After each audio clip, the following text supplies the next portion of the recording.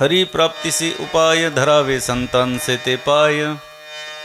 हरि प्राप्तिसी उपाय धरावे संतांचे ते पाय। तेणे साधती साधने तुटती भवाची बंधने। संताविण प्राप्ती नाही ऐशी वेद देत ग्वाही। तेणे साधती साधने तुटती भवाची बंधने। एका जनार्दनी संत एका जनार्दनी संत पूर्ण करीती मनोरथ। तेणे साधती साधने तुटती भवाची बंधने। विठ्ठल विठ्ठल विठ्ठल विठ्ठल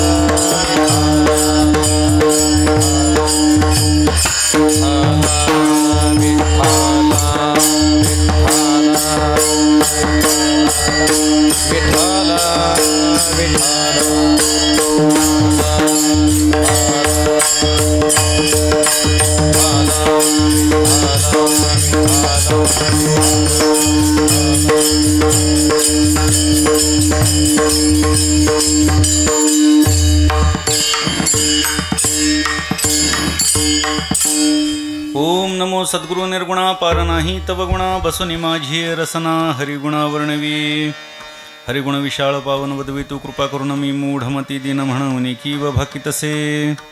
तुमचा प्रसाद जाहली अपूर्ण हरिगुण वर्णीन मी जाण।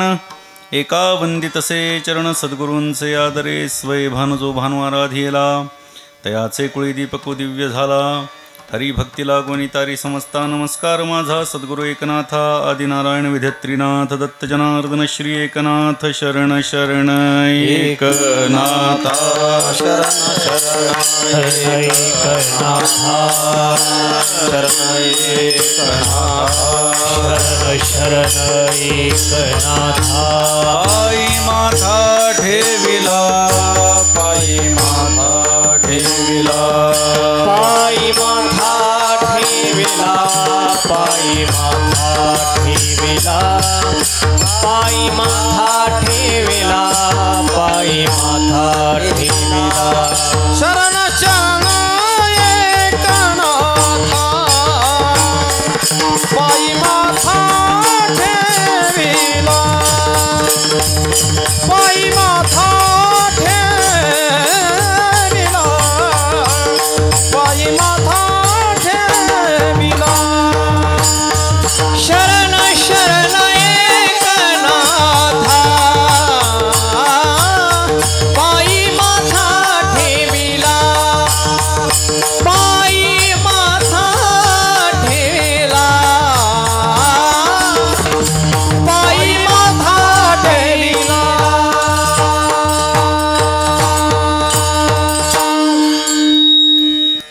शांतीब्रह्म श्रीमंत श्री एकनाथ महाराजांचा संतपर प्रकरणातला अभंग आज सेवेकरता निवडलेला आहे।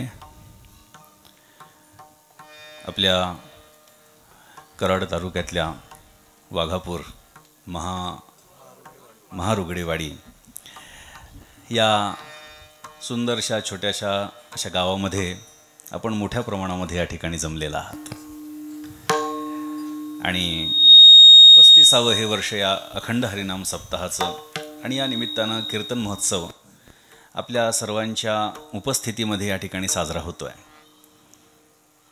सर्वप्रथम तर या कार्यक्रमाच्यासाठी मला ज्यांनी फोन केला ते हरिभक्तीपरायण श्री पांडुरंग महाराज आणि या कार्यक्रमाचं सगळं नियोजन जे पाहतायत आणि ज्यांच्या मार्गदर्शनाखाली हे सगळं सुरू आहे ते आमचे चार्टर्ड अकाउंट श्री संदीपजी पाटील साहेब यांच्या मार्गदर्शनाने आणि आपल्या सर्वांच्या उपस्थितीमध्ये असा सुंदर आणि देखणा हा सोहळा सुरू आहे की छोटी छोटी मुलं जर आपण बघितली, ही गायक वादक मंडळी बघितली, आमचे खिल्लारे महाराज बघितले, आमचे मृदंगाचार्य, अशी सगळी गायक वादक मंडळी जर आपण बघितली तर अतिशय सुंदर असं रम्य असं वातावरण निर्माण झालेलं आहे. आणि एकंदरीत आपण जर मी आत्ताच साहेबांना सांगितलं की आपल्या कार्यक्रमाची जी यादी आपण पाहिली तर खूप वेगवेगळ्या भागातले वक्ते आणि चांगले चांगले वक्ते निवडण्याचं कार्यसुद्धा या निमित्ताने झालेलं आहे आणि वेगवेगळ्या लोकांचं मोठ्या लोकांचं श्रवण करण्याची संधी आपल्याला प्राप्त झालेली आहे आणि त्याचा आपल्या सर्वांना लाभ होतोय हा महत्त्वाचा भाग आहे. अर्थात कीर्तन चांगलं किंवा वाईट असं कधीच नसतं, कीर्तन हे चांगलंच असतं, पण जे होतंय त्याला कीर्तन म्हणायचं की नाही हा ज्याचा त्याचा प्रश्न आहे. वक्ता कसा आहे, तो काय बोलतो याच्यावरती ते कीर्तन आहे की तमाशा आहे हे ठरलं जातं.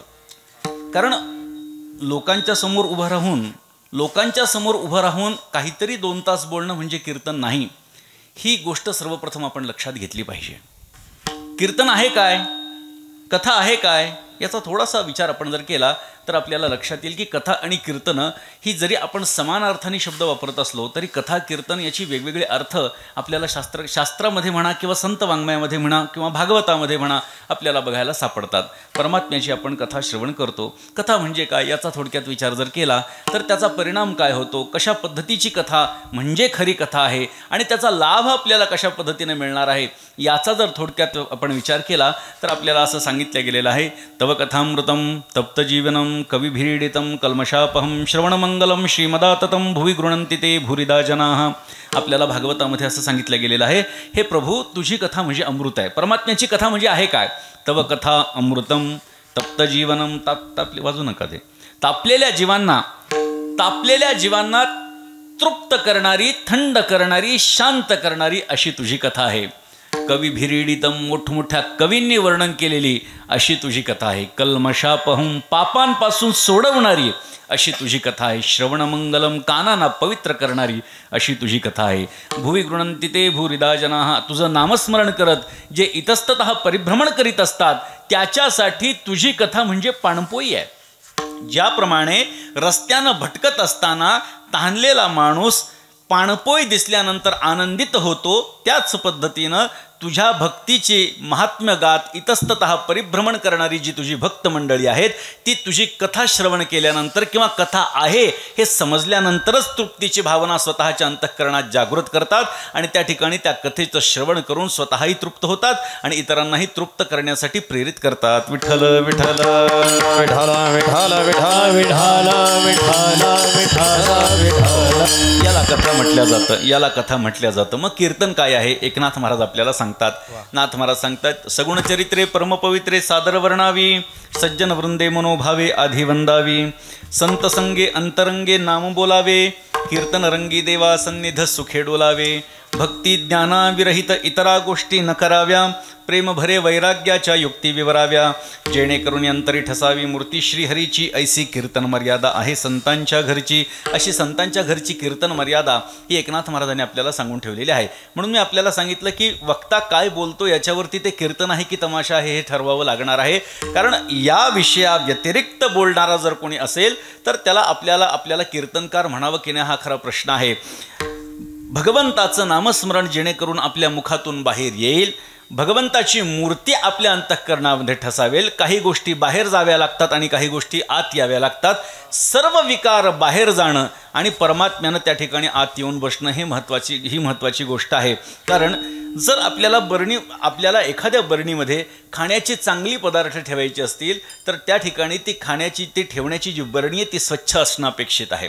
जर ती स्वच्छ नसेल तर त्याच्यामध्ये चांगले खाण्याचे पदार्थ एक तर टाकणं योग्य नाही आणि टाकलं तरी तिथे टिकणं योग्य नाही.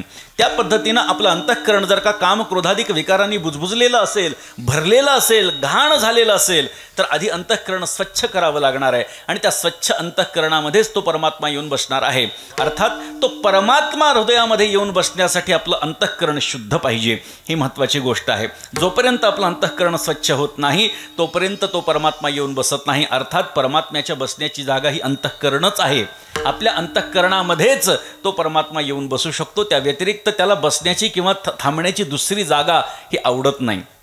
आम्ही भावी बळीवंत तुझं घालू हृदयात, आम्ही भावानं बळीवंत आहोत तुकोबाराय सांगतात आणि तुला आम्ही हृदयामध्ये धारण करतो आहोत. साठविला हरी जिही हृदय मंदिरी त्याची सरली, रझार झाला सफल व्यापार. याच्यामध्ये सुद्धा परमात्म्याच्या राहण्याची जागा काय सांगितलंय? हृदय मंदिर म्हणजे हृदयबंदी खाना केला, आत विठ्ठल कोंडीला. इथे सुद्धा काय सांगितलंय? परमात्म्याच्या राहण्याची जागा काय आहे? अंतःकरण आहे, हृदय आहे. आता एक गोष्ट मात्र महत्त्वाची या ठिकाणी आपल्याला बघायला सापडते की तो परमात्मा येतोच स्वतःच्या मर्जीनं, परंतु त्याला स्वतःच्या मर्जीनं जाता येत नाही. तर का तो परमात्मा स्वतःच्या मर्जीनं येऊन बसू शकतो अंतःकरणामध्ये, परंतु त्याची ताकद बाहेर निघण्याची नाही. तुम्ही म्हणाल कर्तुम अकर्तुम अन्यथा कर्तुम शक्तिधारक तो परमात्मा आहे, आणि तरीसुद्धा तो बाहेर कसा येऊ शकत नाही? हा खरा प्रश्न आहे. कर्तुम अकर्तुम अन्यथा कर्तुम शक्तिधारक परमात्मा हा बाहेर कसा येऊ शकत नाही, हा जर प्रश्न पडला असेल तर एकनाथ महाराजांनी आपल्याला भागवतामध्ये सुंदर त्याचं उत्तर दिलेलं आहे. नाथ महाराजांनी आपल्याला सांगितलंय, जो शुष्क काष्ठ स्वये कोरी, तो कोवळ्या कमळा माझारी, भ्रमरगुंतला प्रीतीवरी, केसर माझारी कुचंबोनेदी. नाथ महाराज दृष्टांत देतात. भुंगा असतो, तो भुंगा किती ताकदवर असतो, तर त्याची ताकद सांगत असताना नाथ महाराज सांगतात, जो शुष्क काष्ठ स्वये कोरी, जो कोरडं लाकूड स्वतःच्या छोट्याशा सोंडेनं कोरून आरपार जाऊ शकतो. जो शुष्क काष्ठ स्वये कोरी, तो कोवळ्या कमळा माझारी, भ्रमर गुंतला प्रीतीवरी, केसर माझारी कुचंबोनेदी. संध्याकाळची वेळ होती. तो भ्रमर, तो भुंगा त्या कमळावरती बसलेला असतो, त्या कमल दलावरती बसलेला असतो, आणि कमल दलाचं तो रसपान करत असतो. हे रसपान करत असताना संध्याकाळ होताना त्याच्या लक्षात येतं, तो वर पाहतो की हे कमळ जे आहे ते संध्याकाळ होताना हळूहळू मिटतंय. हळूहळू मिटत असताना त्याचं लक्ष त्याच्याकडे जातं, परंतु त्याचं प्रेम त्या केसरावरती एवढं असतं की तो विचार करतो, अजून थोडंसं रसपान करू, अजून थोडंसं घेऊ, अजून थोडंसं रस घेऊ. असं करता करता करता काय होतं की ते कमळ बंद होऊन जातं. अगदी एक छोटीशी छिद्र राहिलं, त्याच्यातून तो विचार करतो, त्या छोट्याशा छिद्रातनं मी असा निघून जाईल. परंतु त्याचं प्रेम त्या कमलदलावरती असतं, आणि ते कमळ काय होतं? बंद होऊन जातं. नाथ महाराज सांगतात, जो शुष्क काष्ठ स्वये कोरी, तो कोवळ्या कमळा माझारी, भ्रमर गुंतला प्रीतीवरी, केसर माझारी कुचंबोनेदी. हे कमळ दुसऱ्या दिवशी सकाळी उमलणार असतं.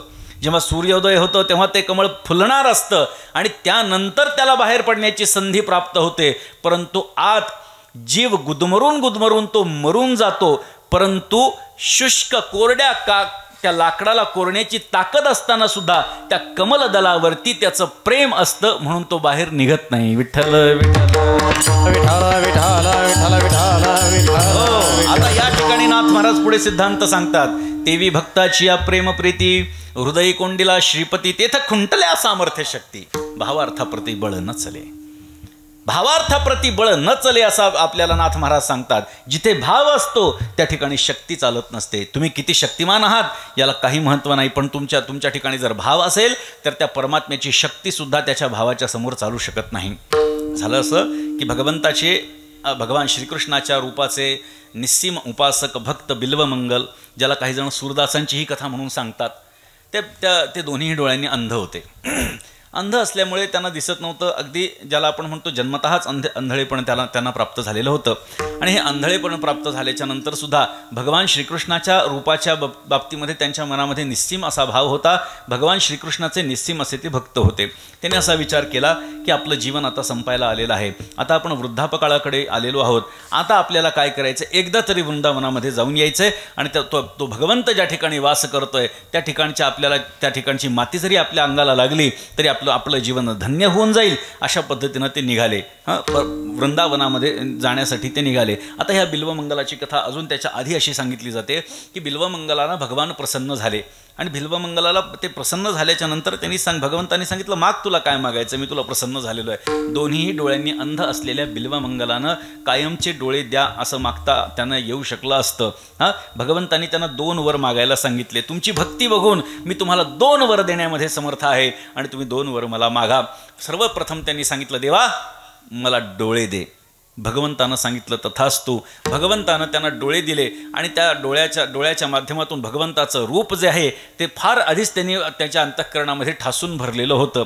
आणि हे भरल्याच्या नंतर देवानी सांगितलं, नुसतं बघत बसू नकोस, मला पुढे जायचंय, पुढेही बहुत करणे आहे, आता दुसरा वर माग. त्यांनी सांगितलं, देवा माझे डोळे फोडून टाक. देवाला आश्चर्य वाटलं. 2 वर मागायला सांगितलेत, एका वरामध्ये मला डोळे दे असं सांगितलं, आणि दुसऱ्या वरामध्ये मला माझे डोळे फोडून टाक असं तू सांगतोय, असं मागतोयस, कशासाठी असं करतोय? तेव्हा बिल्वमंगलानं सुंदर सांगितलं. त्यांनी सांगितलं, देवा मी तर असाही आंधळाच होतो, असाही मी आंधळाच होतो, परंतु तुझं स्वरूप बघण्याची संधी मला प्राप्त झाली. मी ते का गमावू म्हणून मी पहिले डोळे मागितले.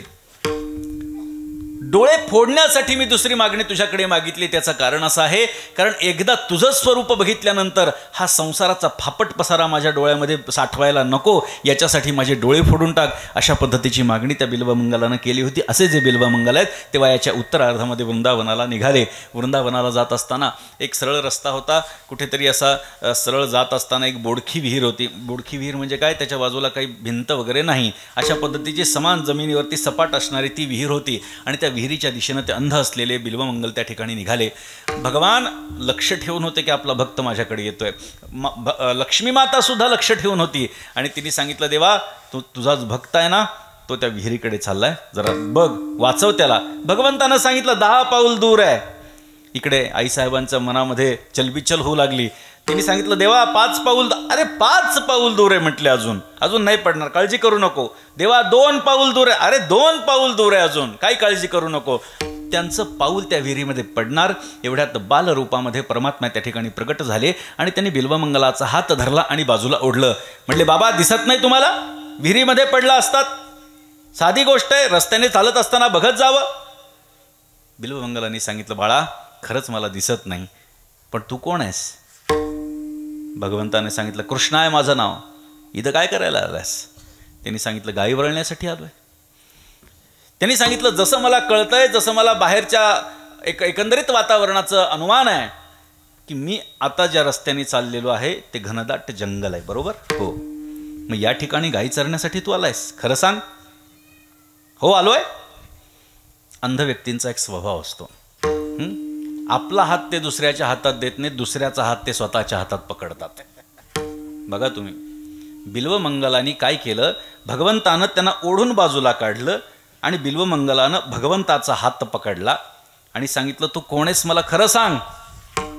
भगवंतानं सांगितलं, तुम्हाला एकदा सांगितलंय, तुम्हाला जिथे जायचं तिथे सरळ जा, माझा हात पकडून ठेवू नका, माझ्या गायी पळून जातील. बिल्वमंगलाला कळालं की हा जो स्पर्श आहे हा सामान्य व्यक्तीचा नाही आहे. हे बिल्वमंगलांना कळालं. त्यांनी सांगितलं, तू बालरूपात आलेला असलास तरी मला कळतंय तू कोण आहेस, पण तू तुझ्या तोंडानं सांग तू कोण आहेस. भगवंतानं सांगितलं, मी तुम्हाला एकदा सांगितलंय, एकाच प्रश्नाचं उत्तर सारखं सारखं देणार नाही, सोडा माझा हात. दोघांमध्ये वाद सुरू झाला. भगवान श्रीकृष्ण बिल्वमंगलाच्या हातातून हात सोडवून घेण्याचा प्रयत्न करतायत, बिल्वमंगल मात्र सोडायला तयार नाहीत. अशी परिस्थिती निर्माण झाली. अशा परिस्थितीमध्ये झटपट करता करता भगवान श्रीकृष्णानं जोरात हिसका मारला आणि स्वतःचा हात बिल्वमंगलाच्या हातातून काढून घेतला. आणि भगवान जोरजोरात हसू लागले. कसा काढून घेतला हात? असं जोरजोरात हसता बिल्वमंगल सुद्धा हसू लागले. ते सुद्धा ज्या पद्धतीनं भगवान श्रीकृष्ण हसू लागले त्याच पद्धतीनं बिल्वमंगल जोरजोरात हसू लागले. भगवान शांत झाले. त्यांनी सांगितलं, मी माझा हात सोडवून घेतला म्हणून मी हसतोय, आनंद झालाय, हे मला कळतंय, तुम्हाला हसायला काय झालं? फार सुंदर उत्तर दिलं महाराज बिल्वमंगलांनी. बिल्वमंगलांनी सांगितलं, हस्तमृक्षिप्यया तोसी बलात् कृष्ण किमद्भुतम हृदयाद यदि निर्यासी पौरुषंगणयामिते. त्यांनी सांगितलं, अरे स्वतःचा हात माझ्या हातातून ओढून घेशील, काढून घेशील, यात काय मोठेपणा आहे? माझ्या हृदयातून जर का निघून दाखवशील तर मी तुला खरा मर्द मानेल. विठ्ठल विठ्ठल विठ्ठल विठ्ठल विठ्ठल. हो, असा तो परमात्मा भक्तांच्या हृदयामध्ये असतो. हृदय हे त्याच्या राहण्याचं ठिकाण असतं. आणि अशा प्रकारचा जो परमात्मा आहे त्या परमात्म्याला प्राप्त कसं करायचं? हृदयामध्ये जाऊन बसण्यासाठी काहीतरी तर करावं लागेल की जेणेकरून तो हृदयामध्ये येऊन बसेल. मग काहीतरी करावं लागणार आहे. काहीही केल्यानंतर चांगली गोष्ट होत नसते, काहीतरी चांगलं केल्यानंतर चांगली गोष्ट होत असते. त्यामुळे काय करावं हा प्रश्न ज्यांना पडलेला आहे त्यांच्यासाठी हा उपदेशात्मक अभंग आहे. विठ्ठल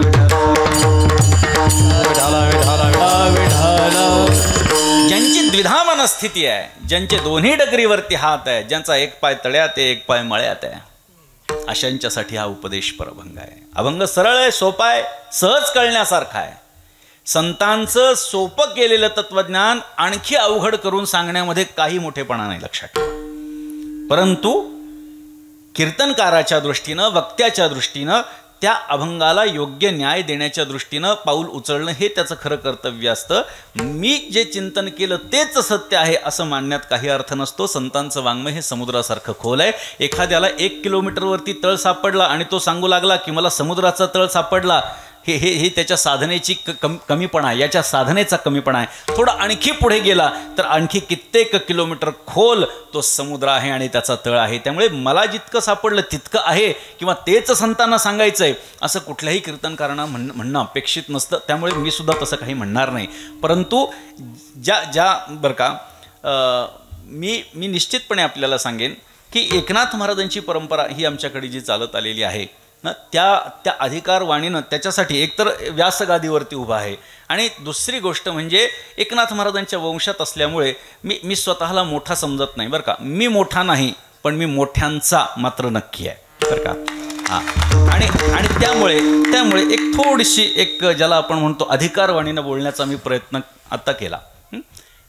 नाथ महाराजांसारखं मोठं कार्य हे आपल्याला बघून सापडणार नाही. महाराज वारकरी संप्रदायामध्ये काय कार्य आहे नाथ महाराजांचं आपण जर बघितलं, मी नेहमी सांगत असतो की वारकरी संप्रदायावरती नाथ घराण्याचे अनंत उपकार आहेत नाथ महाराजांच्या घराण्याचे.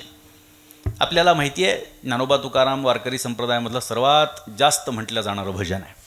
लाखो वारकरी म्हणतात आणि त्याच्या खालोखाल जर आपण बघितलं तर भानुदास एकनाथ हे वारकरी संप्रदायातलं दुसरं भजन आहे. हेही लाखो वारकरी म्हणतात. आपल्याला ज्ञानोबा तुकाराममधले ज्ञानोबाराय सुद्धा माहिती आहे, तुकोबाराय सुद्धा माहिती आहेत. भानुदास एकनाथमधले आपल्याला एकनाथ महाराज माहिती आहेत पण भानुदास महाराज माहीत नाहीत. आपल्याला भानुदास महाराजांबद्दल एवढं माहिती नाही पण भानुदास एकनाथ म्हटलं जातं. एकनाथ षष्ठीला जेव्हा पैठणला नाथ महाराजांच्या समाधीचा उत्सव त्या ठिकाणी पैठणला होतो, त्या ठिकाणी किमान 7 ते 8 लाख यात्रा ही पैठणला भरत असते.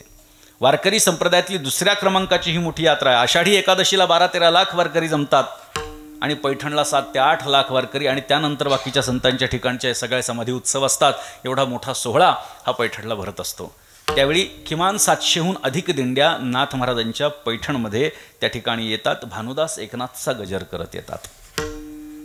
मग हे भानुदास महाराज कोण आहेत तर ज्यांच्यामुळे आपल्याला पांडुरंग परमात्म्याचं दर्शन पंढरपुरामध्ये जाऊन घेता येतं ते भानुदास महाराज.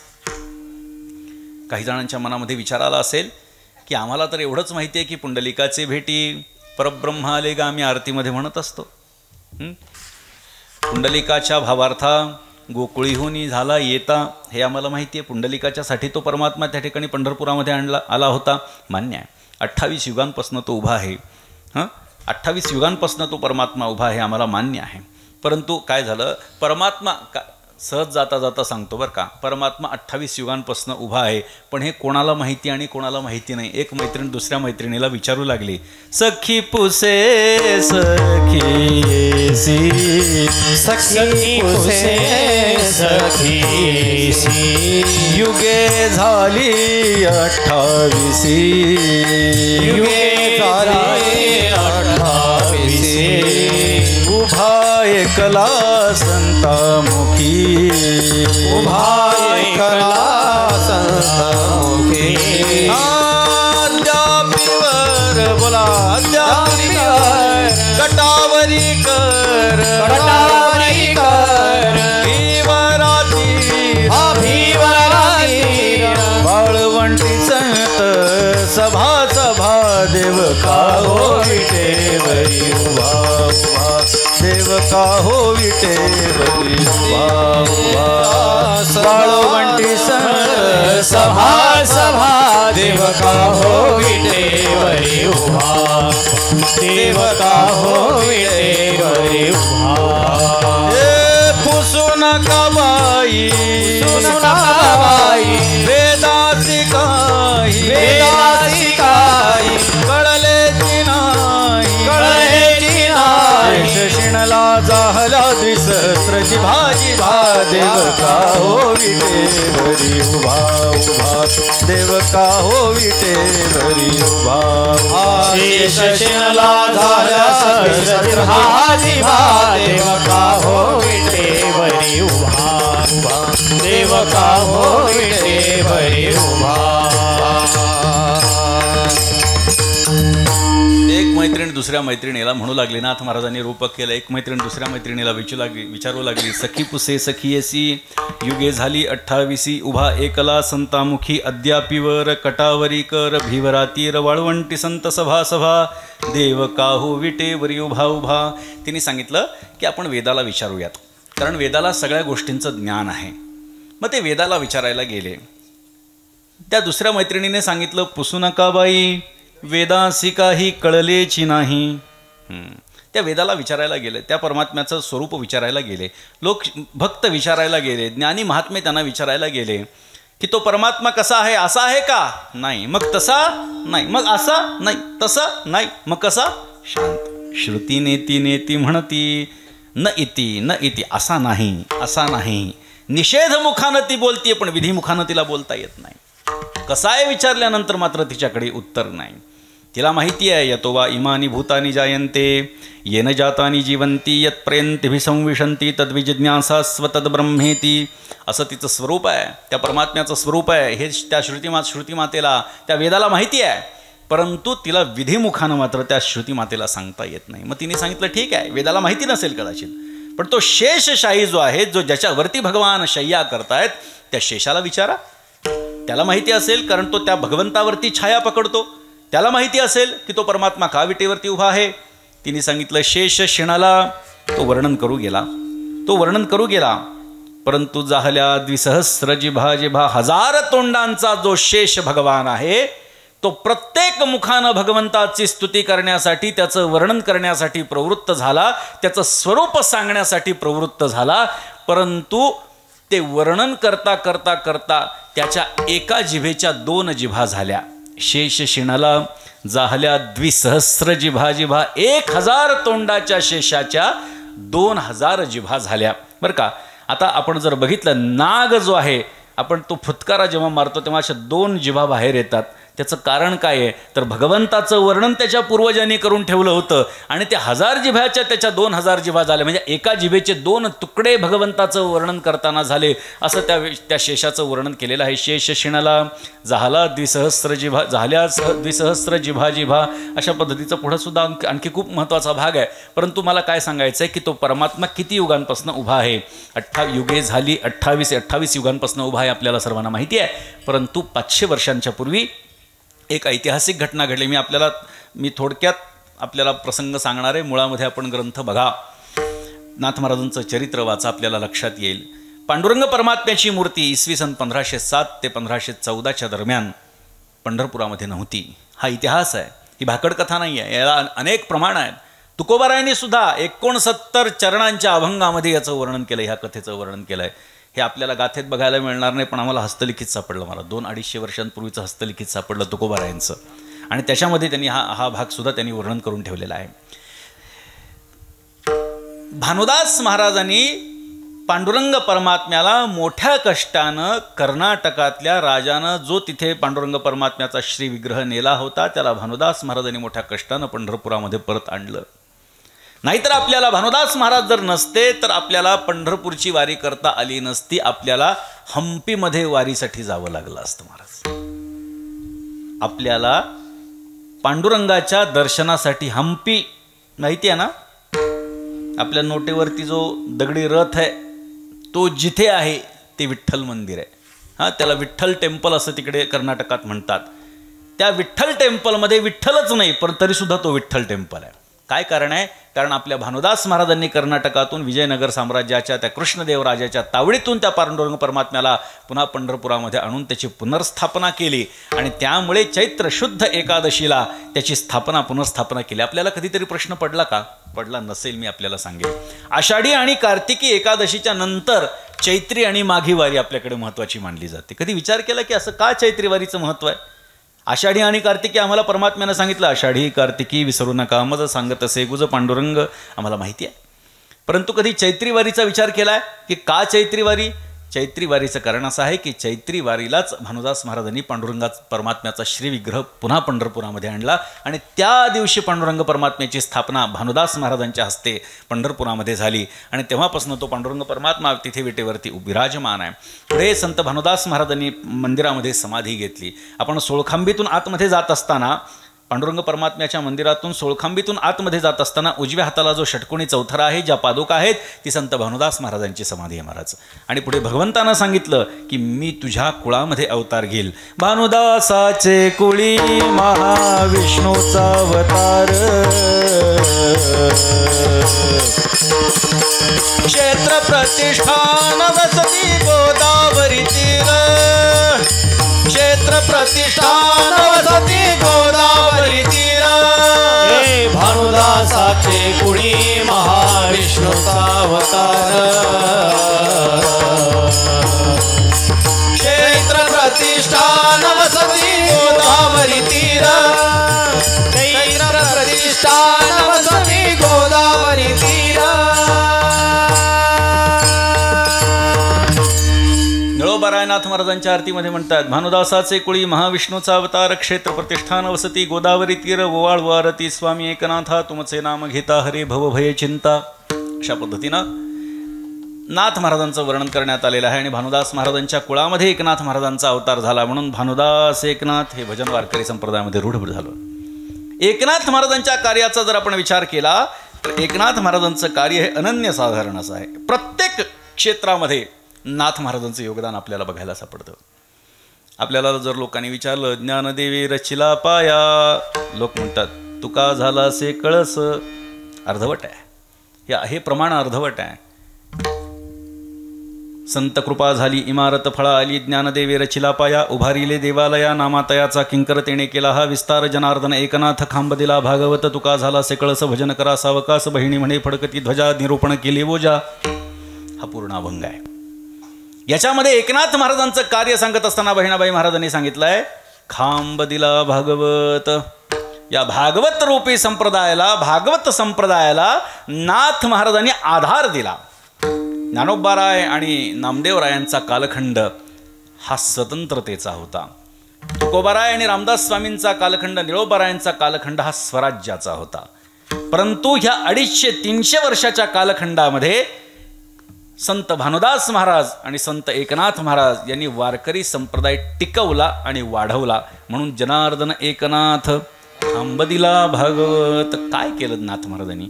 टिकवला आणि वाढवला म्हणजे केलं काय? आज जी आपण ज्ञानेश्वरी वाचतो त्याची शुद्ध प्रत ही एकनाथ महाराजांनी आपल्याला दिली. श्री ज्ञानदेवी येवनी स्वप्नात सांगितली मात मज लागी, दिव्य तेज पुंज मदनाचा पुतळा, परब्रह्म केवळ बोलत असे, अजान वृक्षाची मुळी कंठासी लागली, येवनी आळंदी स्थळी काढवेगे, ऐसे स्वप्न होता आलो अलंकापुरासी, तव ते नंदी माझी देखिले द्वार, एका जनार्दनी पूर्व पुण्य फळले, श्री गुरु भेटले ज्ञानेश्वर. ज्ञानोबारायांनी स्वप्नात दृष्टांत दिला. नाथ महाराज आले. 250 वर्षानंतर ज्ञानोबारायांच्या समाधीला लोक विसरले होते. काटेकोपाट्यांनी तो परिसर वेढलेला होता. नाथ महाराज आळंदीला जेव्हा गेले तेव्हा आळंदीला गेल्याच्या नंतर 3 दिवस नाथ महाराजांचा दिव्य संवाद ज्ञानोबारायांच्या समाधीमध्ये समोरासमोर बसून झाला. खरी ज्ञानेश्वरी कशी आहे ज्ञानोबारायांनी नाथ महाराजांना सांगितली. बाहेर आल्याच्या नंतर हजारो प्रति पैठणला आल्यानंतर जमा केल्या आणि त्याच्या शुद्ध प्रती तयार करून लोकांमध्ये वाटल्या. ज्या खराब आणि चुकीच्या प्रती होत्या त्या कृष्णार्पण करून टाकल्या, गंगार्पण करून टाकल्या. आणि आज आपण जी ज्ञानेश्वरी वाचतो ती एकनाथ महाराजांनी प्रतिशुद्ध केलेली ज्ञानेश्वरी आहे. शेवटी नाथ महाराजांनी 4 ओव्या लिहिलेल्या आहेत. त्या आपण बघा म्हणजे आपल्याला कळेल की नाथ महाराजांचं केवढं मोठं कार्य आहे. नाथ महाराजांचं दुसरं मोठं कार्य म्हणजे ज्ञानोबारायांच्या समाधीचा शोध आहे. जेव्हा आळंदीला नाथ महाराज आले तेव्हा शेकडो समाध्या ज्ञानोबारायांच्या समाधीच्या तिथे होत्या. नेमकी ज्ञानोबारायांची समाधी कोणती हा प्रश्न पडला. एकनाथ महाराजांनी ज्ञानोबारायांची समाधी शोधून काढली. ज्या चौथऱ्यावरती आपण ज्ञानोबारायांची समाधी म्हणून डोकं टेकवतो तो चौथरा एकनाथ महाराजांनी बांधलाय. महाराज मूळ गाभारा जो आहे ज्ञानोबारायांच्या समाधीचा तो एकनाथ महाराजांनी बांधलेला आहे. आज कार्तिकीची आपण आळंदीची यात्रा करतो. कार्तिकीची यात्रा 250 वर्षानंतर एकनाथ महाराजांनी पुन्हा सुरू केली. महाराज काय नाथ महाराजांच्या कामाबद्दल आपण सांगावं. नाथ महाराजांचं कार्य एवढं मोठं आहे. वारकरी संप्रदायामध्ये निळोबारायांच्या नंतर कोणालाही संत मानण्यात येत नाही. अधिकृतरित्या कोणाला संत म्हणता येत नाही. निळोबारायांच्या नंतर अधिकृतरित्या वारकरी संप्रदाय कोणालाही संत मानत नाही. महापुरुष असेल, सज्जन असेल, साधू असेल ह्या उपाध्या देऊ शकतो पण ज्याला आपण संत म्हणतो. बरं निळोबारायांच्या नंतर आजपर्यंत सुद्धा अनेक लोकांनी लिखाण केलेलं आहे पण कोणाचंही लिखाण आपल्याला कीर्तनामध्ये प्रमाण म्हणून चालत नाही, भजनामध्ये अभंग म्हणून चालत नाही. ज्ञानोबारायांच्यापासून ते निळोबारायणपर्यंतचा जो कालखंड आहे त्याच्यामध्ये जे कोणी वारकरी संत होऊन गेले त्या सगळ्यांचं वाङ्मय एकत्र करा, त्या सगळ्यांचं वाङ्मय एकत्र करा. नाथ महाराजांचं त्यातलं योगदान काय आहे? तर या सगळ्या ज्ञानोबारायांपासून ते निळोबारायांपर्यंतच्या कालखंडामध्ये जे संतांनी सगळं वाङ्मय लिहून ठेवलं आहे त्याच्यातल्या 60% अधिक वाङ्मय हे एकट्या एकनाथ महाराजांचं आहे. मी काय सांगतोय लक्षात घ्या. ज्ञानोबारायांपासून निळोबारायांपर्यंतच्या संतांच्या सगळं वाङ्मय हे एकत्र केलं आणि त्याची मोजदाद जर केली तर 60% अधिक वाङ्मय फक्त एकनाथ महाराजांचं आहे आणि बाकीच्या 40% बाकीचे सगळे संत समाविष्ट आहेत महाराज. एवढं मोठं योगदान हे एकनाथ महाराजांचं आहे असं आपल्याला पाहता येतं. नाथ महाराजांनी काय केलं, काय कितीतरी आपल्याला सांगता येईल नाथ महाराजांचं कार्य, पण आपल्याला अभंगामध्ये प्रवेश करायचा आहे. परंतु हे जोपर्यंत आपल्याला कळणार नाही की नाथ महाराज किती मोठे आहेत तोपर्यंत त्यांच्या उपदेशाला काय किंमत वाटणार आहे आपल्याला. ते किती मोठे आहेत याच्यावरून आपल्याला कळणार आहे की त्यांच्या उपदेशाची किंमत काय आहे. संस्कृतातलं जे तत्वज्ञान आहे ते मराठीमध्ये आणून नाथ महाराजांनी मोठे उपकार आपल्यावरती केलेले आहेत.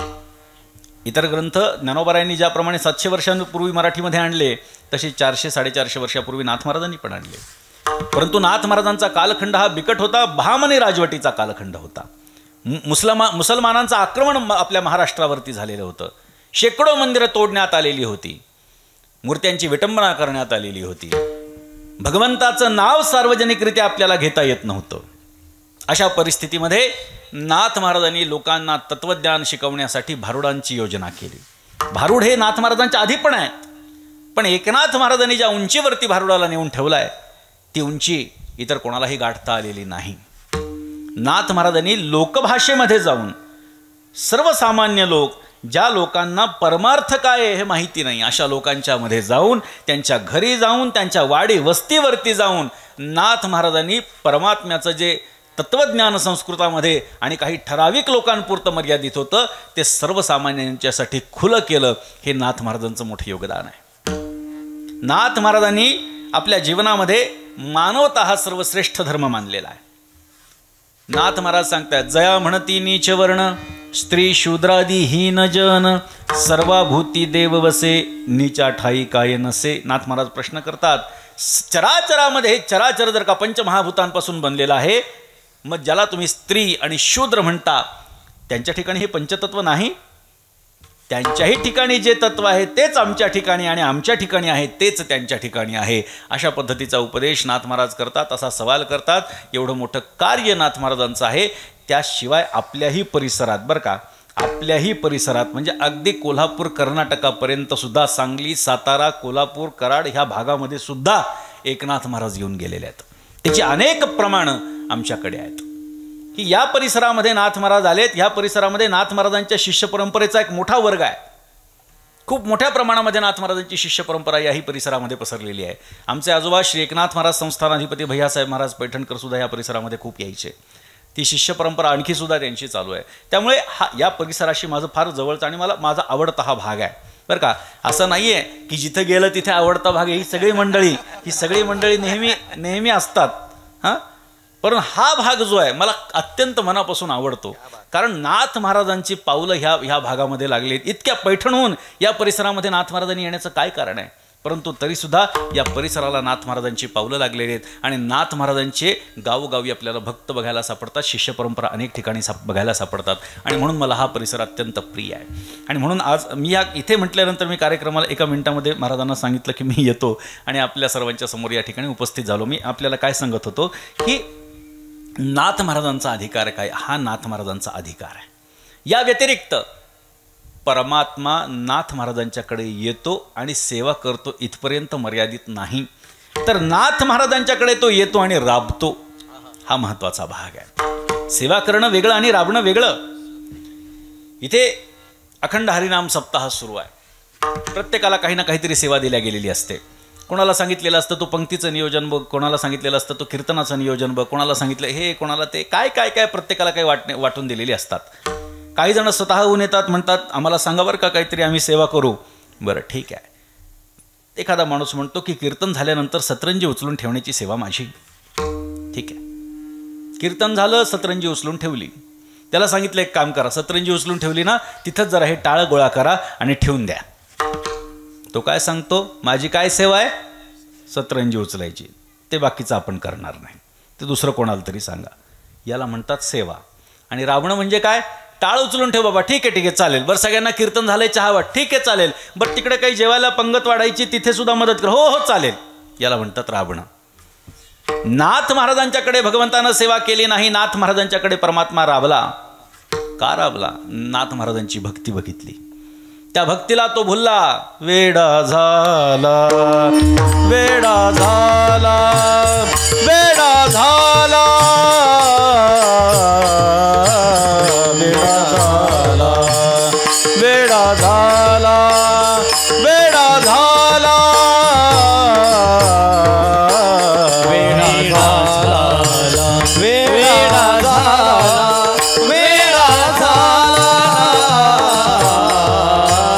वेडा झाला, वेडा झाला, वेडा झाला, लाचा बला भक्तीसी,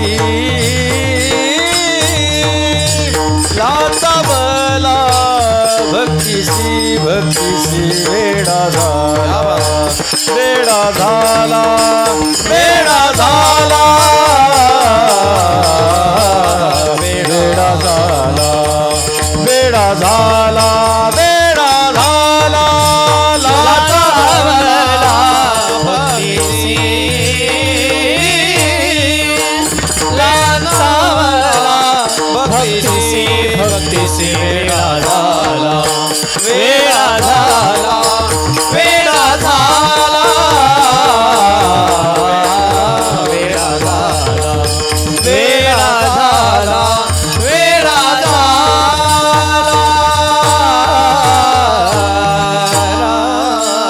वेडा झाला, वेडा झाला, लाचावला भक्तीसी. नाथ महाराजांची भक्ती त्यानं बघितली आणि तो परमात्मा ऋणातून उतराई होण्यासाठी नाथ महाराजांच्याकडे आला. नाथ महाराजांच्याकडे ब्राह्मणाच्या वेशामध्ये आला आणि सांगितलं, महाराज द्वारकेहून आलेलो आहे, तुमची सेवा करावी अशी माझी इच्छा आहे, पडेल ते काम करायला मी तयार आहे, कोणतंही काम छोटं आणि मोठं मानणार नाही, सांगा काय करायचं. नाथ महाराजांनी सांगितलं, घरामध्ये आधीच खूप सेवक आहेत, सेवकाची गरज नाही. भगवंतानं सांगितलं, इतक्या लांबून तुमचं नाव ऐकून आलोय महाराज, कृपया घरामध्ये मला प्रवेश द्या. भगवंत स्वतः ब्राह्मणाच्या वेशामध्ये आलेला आहे. नाथ महाराज देखील महाविष्णूचे अवतार आहेत आणि भगवान श्रीकृष्ण म्हणजे प्रत्यक्ष महाविष्णू आहे. महाविष्णू महाविष्णूकडे सेवा करण्यासाठी येतोय. नाथ महाराजांना कळणार नाही, परंतु नाथ महाराजांनी सांगितलं, माझ्या भक्तीच्या ऋणातून उतराई होण्यासाठी हा आलेला आहे, याला अशी तशी ऋणातून उतराई आपल्याला करू देता येणार नाही. सांगितलं, काही गरज नाही, जा. वैष्णवा घरी देव सुखावला, बाहेरी नवजे दवडोनी घातला, देव म्हणे माझे पुरतसे कोड, संगती या गोड वैष्णवांची. नाथ महाराजांनी धक्का दिला आणि सांगितलं, जा, गरज नाही. तरी परमात्मा पुन्हा वापस येतो. नाथ महाराज ठेवा ना सेवेमध्ये, नाथ महाराज ठेवा ना सेवेमध्ये.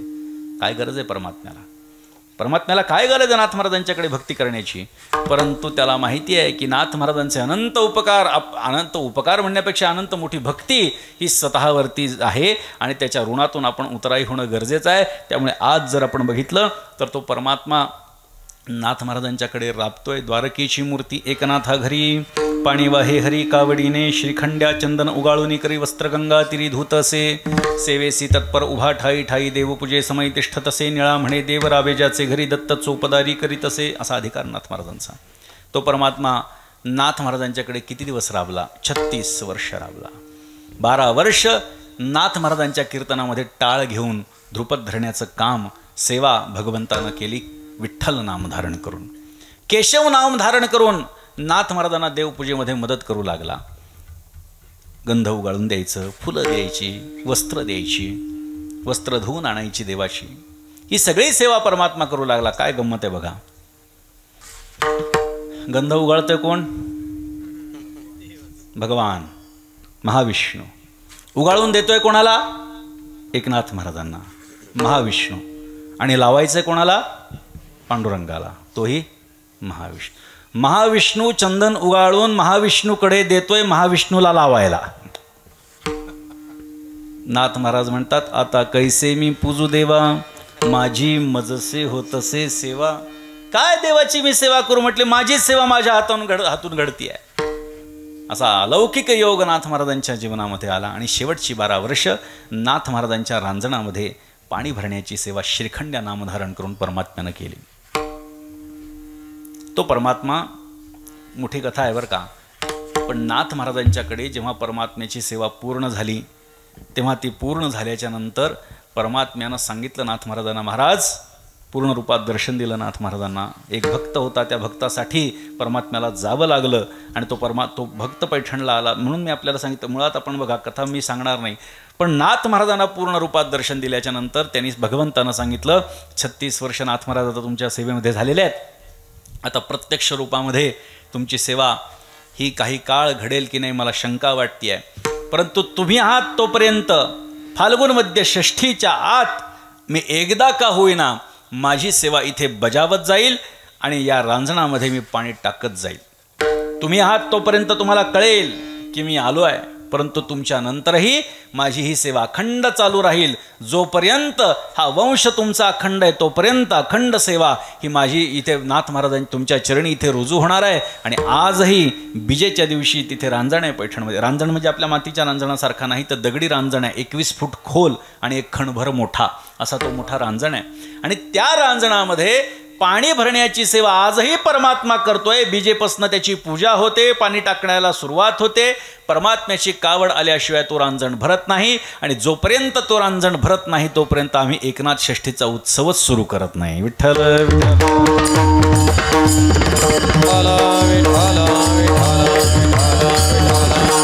अशा पद्धतीनं नाथ महाराजांचा हा अधिकार आहे, हा नाथ महाराजांचा अधिकार आहे. एकनाथ महाराजांच्या जीवनाकडे बघून एक साधक विचार करू लागला, काय नाथ महाराजांचं जीवन धन्य आहे, दिव्य आहे, आनंदी आहे. कशामुळे त्यांच्या जीवनामध्ये एवढा आनंद सुख समाधान असेल आणि आमच्या जीवनामध्ये एवढं दुःख कष्ट आणि त्रास असेल. विचार केला आणि त्याच्या मनामध्ये असा विचार आला की कदाचित नाथ महाराजांना हरीची प्राप्ती झाली असावी, कदाचित नाथ महाराजांना हरीची प्राप्ती झाली असावी. आपण त्यांना विचारू. आता खरं सांगू का, मी नेहमी सांगत असतो महाराज, एकनाथ महाराजांना हरीची प्राप्ती झाली असं म्हणण्यापेक्षा हरीला नाथ महाराजांची प्राप्ती झाली. विठ्ठल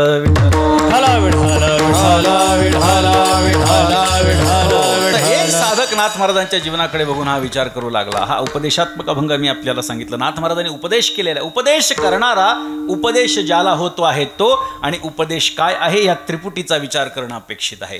उपदेश करणारा कोण आहे, त्याचा अधिकार काय आहे याचा विचार आपण केला.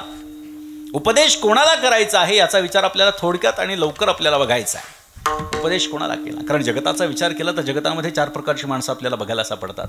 एक वर्ग असा आहे की तो परमात्म्यालाही मानत नाही आणि जगतालाही मानत नाही, तो वर्ग आहे बुद्धांचा.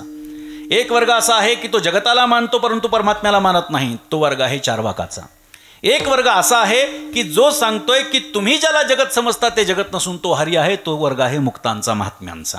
आणि एक वर्ग असा आहे चौथा की जो सांगतोय जगतही आहे आणि परमात्माही आहे, तो वर्ग आहे तुमचा आमचा. 4 वर्गापेक्षा 5वा वर्ग आपल्याला जगताच्या पाठीवरती बघायला सापडणार नाही. एककाचा विचार करा. भगवंतही नाही आणि जगतही नाही, बुद्धांचं तत्वज्ञान आहे. सर्वं शून्यं शून्यं, सर्वं क्षणिकं क्षणिकं, सर्वं सुलक्षणं सुलक्षणं, सर्वं दुःखं दुःखं, या 4 तत्वांवरती बुद्धांचं तत्वज्ञान आधारित आहे. या 4 तत्वांवरती त्यांचा आधारशिला त्यांच्या तत्वज्ञानाची या 4 मुद्द्यांवरती आधारित आहे. म्हणजे सगळं शून्य आहे. ज्ञानोबा त्याला प्रश्न विचारता, शून्य सिद्धांत बोधू कवणे सत्ता होय सिद्धू, न सताची अपवादू वस्तूसी जो. ज्ञानोबा सांगतात, अरे जग शून्य आहे असं म्हणणारा तू तरी आहेस की नाही, असं म्हणून ज्ञानोबा त्याच्या तत्वज्ञानावर बाजूला काढून टाकतात. चार्वाकाचं तत्वज्ञान बघा. जगतामध्ये 90% जास्त लोक हे चार्वाकाच्या तत्वज्ञानाचे आहेत. यावत जीवम सुखम जीवेत ऋणं कृत्वा घृतं पिबेद भस्मीभूतस्य देहस्य पुनरागमनं कुतः. अशा पद्धतीचा विचार या चार्वाकानं चराचरामध्ये रुजवला. आणि लोकांना कष्ट नको असतात, त्रास नको असतो, सोपं पाहिजे असतं लोकांना काहीतरी. लोकांना जर आपण सांगितलं की माळ घाला, वारकरी व्हा, काय करावं लागतं? काही नाही. एकादशीला उपवास करावा लागतो, बरं. आषाढी कार्तिकीला पंढरपुरामध्ये जावं लागतं, ठीक आहे. संतांच्या ठिकाणच्या वाऱ्या कराव्या लागतात, ठीक आहे, काय हरकत नाही. मांसाहार करता येणार नाही, मद्यपान करता येणार नाही, व्यसनं लावून घेता येणार नाहीत. लोक म्हणतात ती माळ तुमच्याकडेच ठेवा, नको म्हणतात. आणि काही लोक सांगतात काही करू नका, देव नदीत बुडून टाका, फक्त माझी पूजा करा. काय खायचं ते खा, काय प्यायचं ते प्या, फक्त माझी उपासना करा. लोकांना वाटतं हे सोपं आहे, इकडं चला. लोकांना अवघड नको आहे, संतांचं साध्य पाहिजे पण त्यांचं साधन नको आहे लोकांना. संत कशाच्या माध्यमातून गेलेत ते नको आहे, त्यांना देवाची प्राप्ती झाली, मला पण झाली पाहिजे. अरे पण त्यांनी किती कष्ट केलेत, किती त्रास सहन केला याचा विचार होत नाही. चार्वाकाचं तत्वज्ञान हे देहाभोवती फिरणार आहे. या देहाचा जर आपण विचार केला तर हा देह उत्पत्तीच्या आधी नाही आणि विनाशाच्या नंतर पण नाही. ज्ञानोबारायांनी किंवा सगळ्या संतांनी याला मृगजळाची उपमा दिलेली आहे. मृगजळ म्हणजे आपण रस्त्यानं सपाट रस्त्यावरून जात असताना कुठेतरी लांब आपल्याला पाण्याचा व्हास होतो, त्याला मृगजळ असं म्हणतात. त्या मृगजळाचा विचार केला तर मृगजळ सकाळी पण दिसत नाही, संध्याकाळी पण दिसत नाही, दुपारी दिसतं, त्याला खरं आपण मानत नाहीत. त्या पद्धतीने हा देह उत्पत्तीच्या आधी नाही, विनाशाच्या नंतर नाही, त्याला खरं मानायचं का? त्याला खरं मानता येणार नाही. त्या देहाला आपल्याला खरं मानता येणार नाही. जर आपण बघितलं तर हे सगळं देहाच्या भोवती त्याचं फिरणारं तत्वज्ञान आहे. देहखंडानामात्मा ईश्वर पाषाण प्रतिमा या पुरती प्रमा ढळून येणे, देह तोची देव, भोजन ते भक्ती, मरण ते मुक्ती, पाषांड्याची पाखंड्याची. काय सांगितलंय की त्याचा देह म्हणजेच देव आहे, भोजन म्हणजेच भक्ती आहे आणि मरण म्हणजेच मुक्ती आहे. पाखंड्याची असं सांगितलं, त्याला पाखंडी म्हटलेलं आहे बरं का संतांनी, किंवा शास्त्रामध्ये सुद्धा त्याला पाखंडी असं म्हटलंय. चारवाक असा जरी शब्द असला तरी चारुवाक असा त्याचा खरा उच्चार आहे. चारू म्हणजे गोड आणि वाक म्हणजे बोलणं. ज्याचं बोलणं गोड आहे त्याला चारवाक असं म्हणतात. मग त्याचं तत्वज्ञान सुद्धा तसंच आहे. यावत जीवम सुखम जीवेत, मस्तपैकी जगायचं म्हणतो तो. काय सांगतोय? मस्तपैकी जगायचं, काही करायचं नाही. मग काही करायचं नाही म्हटल्यानंतर ऋणं कृत्वा घृतम पिबेत असं सांगतोय. काय करायचं म्हणजे तूप रोटी खायची, म्हणजे चांगलं चुंगलं खायचं आणि पडून राहायचं, काही करायची गरज नाही. मग कोणीतरी म्हणेल की अहो हे तूप रोटी खाण्यासाठी तूप रोटीसाठी पैसा तर कमवावा लागेल. तो सांगतो तेही करायची गरज नाही. ऋणं कृत्वा, ऋण काढा, कर्ज काढा आणि चांगलं चुंगलं खा. मग लोक म्हणतील अहो कर्ज जर काढायचं म्हटल्यानंतर ते फेडावं लागेल, EMI भरावा लागेल, भरावा लागेल ना EMI. तो सांगतो काही गरज नाही. भस्मीभूतस्य देहस्य पुनरागमनं कृतः. एकदा देहाचं भस्म झालं तर त्या देहाबरोबर त्या कर्जाचंही भस्म होतं. मग कुठं देहवर पुन्हा येणार आहे? त्यामुळे पुन्हा देह न येणार याच्यासाठी निवांत जगा. 90% जास्त जगातला समाज हा या चारवाकाच्या विचाराचा आहे, की जो सांगतोय मला जे डोळ्यांना दिसतंय ते सत्य आहे, चक्षुर्वै सत्यम, हे त्याचं तत्वज्ञान आहे. जे डोळ्यांना दिसतंय ते सत्य, जे दिसत नाही ते असत्य. परंतु काहीतरी वेळा आपल्याला कधी आपल्याला अनुमान प्रमाणानं काही गोष्टी सिद्ध करायच्या असतात. डोंगराच्या पलीकडे जर का कुठून तरी धूर येत असेल तर आग लागलेली आहे हे समजून घ्यावं लागतं. त्याच्यासाठी तशी बुद्धी पाहिजे. अनुमान प्रमाण त्याला म्हटलेलं आहे. यत्र यत्र धूमाः तत्र तत्र वह्निः.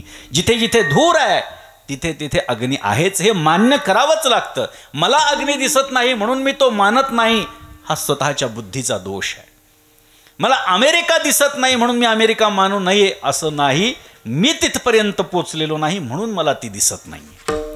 माझी पात्रता कमी आहे, माझ्या दृष्टीचा हा दोष आहे आणि म्हणून मी त्याला पाहू शकत नाही. परमात्मा चराचरामध्ये भरलेला आहे परंतु मला तशी दृष्टी नाही, माझ्या चर्मचक्षूमध्ये तेवढी ताकद नाही, मला तसे ज्ञानचक्षू प्राप्त नाहीत आणि म्हणून मला तर या चराचरामध्ये परमात्मा दिसत नाही. हे जग दिसतं आणि तो परमात्मा दिसत नाही म्हणून मी नाही म्हणतो. हे चारवाकाचं तत्वज्ञान आहे. तिसरा आपल्याला प्रकार सांगितला होता की जो आपल्याला सांगतोय तुम्ही ज्याला जगत समजता ते जगत नसून तो परमात्मा आहे. जे जे दृष्टी दिसे ते हरी रूप, जे जे दृष्टी दिसे ते हरी रूप, जे जे दृष्टी दिसे ते हरी रूप, जे जे दृष्टी दिसे ते हरी रूप. पूजा ध्यान जप त्यासी नाही, पूजा ध्यान जप त्यासी नाही, हरिमुखी गाथा हर परी चिंता, हरिमुखी गाथा हर परी चिंता. पूजा ध्यान जप त्यासी नाही, पूजा ध्यान जप त्यासी नाही, हरिमुखी गाथा हर परी चिंता, हरिमुखी गाथा हर परी चिंता. जे दृष्टी दिसे, जेही माझ्या डोळ्यांना दिसतंय ते हरिरूप आहे. येथून पाहे तेथ वरी तव तव हा दिसे हरी, आता जाऊनी कोठे राहू. जिकडे पाहे तिकडे देव, गिरी कपाटी कंदरी जिकडे पाहे तिकडे हरी, एका बैसला निरंजनी जनार्दन जनिवनी. चराचरामध्ये त्या परमात्म्याची अनुभूती आपल्याला येणं अपेक्षित असतं आणि अशा पद्धतीची अनुभूती प्राप्त होणं हे त्या संत महात्म्यांचं लक्षण आहे, त्या महात्म्यपदाचं ते लक्षण आहे. आणि त्या महात्म्यांना चराचरामध्ये परमात्मा दिसतो, जो की तुम्हाला आम्हाला दिसत नाही. तुम्हाला चौथा प्रकार मी जो आपल्याला सांगितला की जो सांगतोय जगतही आहे आणि हरीही आहे. आम्ही जर संतांच्या दृष्टीचा विचार करू गेलो, संतांनी सांगितलं चराचरामध्ये परमात्मा व्याप्त. इथे बसलेल्या प्रत्येक माणसामध्ये देव आहे. हा मंडप म्हणजे देव आहे, हे व्यासपीठ म्हणजे देव आहे. किती आपण भक्त आहोत, संत सांगतात ते आपल्याला मान्यच असतं या दृष्टीने विचार मी आपल्याला सांगत नाही आहे. चिकित्सक दृष्टीनं जर आपण विचार केला तर कोणी सांगितलं हा जो माईक आहे हा माईक आहे. किती जणांना विश्वास बसणार? नाही लक्षात येणार. तो परमात्मा आहे, हा चराचरामध्ये असणारा परमात्मा आहे, सगळीकडे व्याप्त. ही तुमची आमची दृष्टी नाही. तुम्हाला आम्हाला त्या गोष्टी चांगल्या म्हणून दिसणारच नाहीत, तिथे परमात्म्याची अनुभूती येणारच नाही, ती संत महात्म्यांना येणार आहे. बरं, मग तुम्ही देवाला मानत नाहीत का? देवाला मानतो, म्हणून तर कीर्तनाला येतो, म्हणून तर दर्शनाला जातो, म्हणून तर वारीला जातो, म्हणून तर नामस्मरण करतो, म्हणून तर पूजापाठ करतो. देवाला मानतोय, परंतु चराचरामध्ये परमात्मा आहे हे काही पटत नाही, किंवा आमची तशी दृष्टी होत नाही, अशी नजर आमची होत नाही. आता याला दृष्टीसृष्टीवाद म्हणतात. जशी आपली दृष्टी असते तशी सृष्टी. भगवान श्रीकृष्णानं दुर्योधनाला सांगितलं सभेमध्ये जा आणि जेवढे सज्जन असतील त्या सज्जनांची एक यादी घेऊन ये. भगवान श्रीकृष्णानं दुर्योधनाला सांगितलं सभेमध्ये जा. आतमध्ये बसले होते, त्यांनी सांगितलं आपल्याला सत्कार करायचा आहे, जेवढे सज्जन असतील त्यांची यादी घेऊन ये. दुर्योधन गेला, सभेमध्ये उभा राहिला, हातामध्ये कागद लेखणी, विचार करू लागला, एकेका माणसाकडे बघू लागला. अरे हा तर चांगला नाही, अरे हा तो वाईट, हा मूर्ख, हा नालायक, सगळ्यांना शिव्या देत देत मनातल्या मनात विचार केला. काही म्हणला सज्जन नाही, चला वापस. गेला. हे काय म्हणले देवा? भगवंतानं बघितलं, अरे कोरा कागद. हो म्हटलं, का? एक सुद्धा सज्जन नाही, म्हणजे सगळे बदमाश लोक बसलेत बाहेर. म्हटले हो का? बरं. धर्मराजाला सांगितलं बाहेर सगळे बदमाश लोक बसलेत असं याचं म्हणणं आहे, तर ठीक आहे, बदमाश लोक तर ठीक आहे, त्या बदमाश लोकांची जरा यादी घेऊन ये म्हणले, दुर्जनांची यादी घेऊन ये. धर्मराज युधिष्ठिर गेले, बाहेर गेले, बघू लागले, अरे हा चांगला, अरे तो तर किती चांगला, अरे याचं तर हे किती चांगलं, अरे हा तर किती नामस्मरण करतो, अरे हा देवाचा किती मोठा भक्त, अरे हा तर किती सज्जन. तो पण रिकामा हाताने आला आणि सांगितलं भगवान हे घ्या. भगवंतानं अरे तू सुद्धा रिकामा आणलंस. धर्मराजाने सांगितलं या सभेमध्ये एक सुद्धा दुर्जन बसलेला नाही, सगळे सज्जन माणसं आहेत म्हटले. याला दृष्टीसृष्टीवाद म्हणतात. सभा तीच आहे, दुर्योधनाला कोणी सज्जन दिसत नाही आणि धर्मराजाला कोणी दुर्जन दिसत नाही, याला दृष्टीसृष्टीवाद असं म्हणतात. जशी दृष्टी तशी सृष्टी. आपल्याला तशी सृष्टी प्राप्त होत नाही, कारण आपली दृष्टी तशी नाही आहे. शत्रूकडे बघून आपण म्हणू शकतो का की याच्यामध्ये परमात्मा आहे? आपली भावना होत नाही. आपल्याला तत्वज्ञान सगळं कळतं, संत म्हणतात आम्हाला सगळं मान्य आहे, विठ्ठल जळी स्थळी भरला, सगळं आम्हाला पाठ आहे, पण तो आमची वृत्ती तशी होत नाही. काय कारण? कारण तसं ज्ञान आपल्याला प्राप्त झालेलं नसतं. असा चौथा वर्ग आहे. मग या 4 वर्गांपैकी नाथ महाराज उपदेश करतात, तो कोणाला करतात याचा विचार आपण करत होतो. जो परमात्म्याला मानत नाही, हरीला मानत नाही, देवाचं अस्तित्व नाकारतो, त्याला हरीच्या प्राप्तीचा उपाय सांगण्यात काहीही अर्थ नाही. कारण भगवंतानं गीतेमध्ये सांगितलेलं आहे की मला जो मानतच नाही त्याला माझ्या प्राप्तीचा उपाय अजिबात सांगायचा नाही. 2 वर्ग बाजूला झाले. तिसरा वर्ग, ज्याला चराचरामध्ये परमात्म्याचं दर्शन होत आहे, ज्याला परमात्म्याची अपरोक्षानुभूती प्राप्त झालेली आहे, त्याला हरीची प्राप्ती कशी व्हावी हे सांगण्याचं काही कारण नाही. त्यांनी लोकांना सांगायचं की हरीची प्राप्ती कशी होते. आणि चौथा वर्ग मी आपल्याला सांगितला की जो आपल्याला असं सांगतोय की परमात्माही आहे आणि जगतही आहे. चाले हे शरीर कोणाची सत्ते, कोण बोलवितो हरिविण, देखवी ऐकवी एक नारायण. खाली बस बाळा, बस खाली बस. देखवी ऐकवी एक नारायण. वृक्षाचेही पान हाले ज्याची सत्ता, तुझी या सत्तेने वेदासी बोलणे, सूर्यासी चालणे, तुझी आवळे ऐसा तू समर्थ ब्रह्मांडाचा धनी. पर्वती वैसकानं संडावी, समुद्री रेखान ओलांडावी, पृथ्वी भूते वहावी ही आज्ञा माझी. सगळ्या गोष्टी जर आपण बघितल्या तर मुंगीच्या पायातले वाजणारे घुंगरूसुद्धा त्या परमात्म्याला ऐकू येतात. एवढं त्या परमात्म्याचं लक्ष बारीक असतं आणि त्यामुळे चराचरामध्ये परमात्मा तो भरलेला आहे, परंतु आपल्याला तो जाणवत नाही, त्याच्यावरती विश्वास आहे. मग अशा लोकांच्यासाठी हा उपदेश आहे की ज्याला परमतत्व सर्वार्थानं कळालेलं नाही, परंतु प्राप्त करण्याची त्याच्या मनामध्ये मनस्वी इच्छा जागृत झालेली आहे. अशा साधकांच्यासाठी हा उपदेश आहे. अशाच पद्धतीचा साधक आपण बघितला की जो विचार करू लागला नाथ महाराजांच्या जीवनाकडे बघून की नाथ महाराजांच्या जीवनामध्ये आणि माझ्या जीवनात फरक काय आहे. त्यांचं जीवन आनंदी, सुखी, समाधानी आणि माझं जीवन दुःखी, त्रासदायी, कष्टदायी का? तर कदाचित नाथ महाराजांना हरीची प्राप्ती झाली असावी आणि त्यामुळे कदाचित नाथ महाराजांच्या जीवनामध्ये एवढा आनंद आणि समाधान दिसत असावं. आपण नाथ महाराजांना जाऊन विचारू की नाथ महाराज, हे तुम्हाला हरीची प्राप्ती कशी झालेली आहे? तो साधक आला, नाथ महाराजांना म्हणू लागला, महाराज की मी खूप विचार केला आणि विचारांती माझ्या लक्षात आलं तुम्हाला परमात्म्याची प्राप्ती झालेली आहे, हरीची प्राप्ती झालेली आहे, ती मला प्राप्त व्हावी अशी माझी अपेक्षा आहे. नाथ महाराज म्हणले, काय हरीची प्राप्ती? म्हटले, वेड्या, प्राप्ताची प्राप्ती कशी असू शकते? कळालं नाही म्हटले महाराज. शेवाळामुळे खाली असलेलं पाणी जर दिसत नसेल, पाणी नाही असं नाही, शेवाळ दूर कर, खाली पाणी आहे. नाही कळालं म्हटले महाराज. अज्ञानाच्या आवरणामुळे तुझ्यातला परमात्मा तुला दिसत नसेल तर ते अज्ञान दूर कर, तू स्वतः हरी आहेस. त्याच्या प्राप्तीचा प्रयत्न करण्याची काही गरज नाही. त्यांनी सांगितलं, महाराज आम्हाला ह्या सगळ्या गोष्टी काही कळत नाहीत, साधा भोळा वारकरी आहे. आम्हा नकळे ज्ञान, नकळे पुराण, वेदाचे वचन नकळे आम्हा, आगमाची आठी निगमाचा भेद, शास्त्रांचा संवाद नकळे आम्हा. काही कळत नाही आम्हाला. साधं सांगा, सोपं सांगा, जेणेकरून मला परमात्म्याची हरीची प्राप्ती होईल.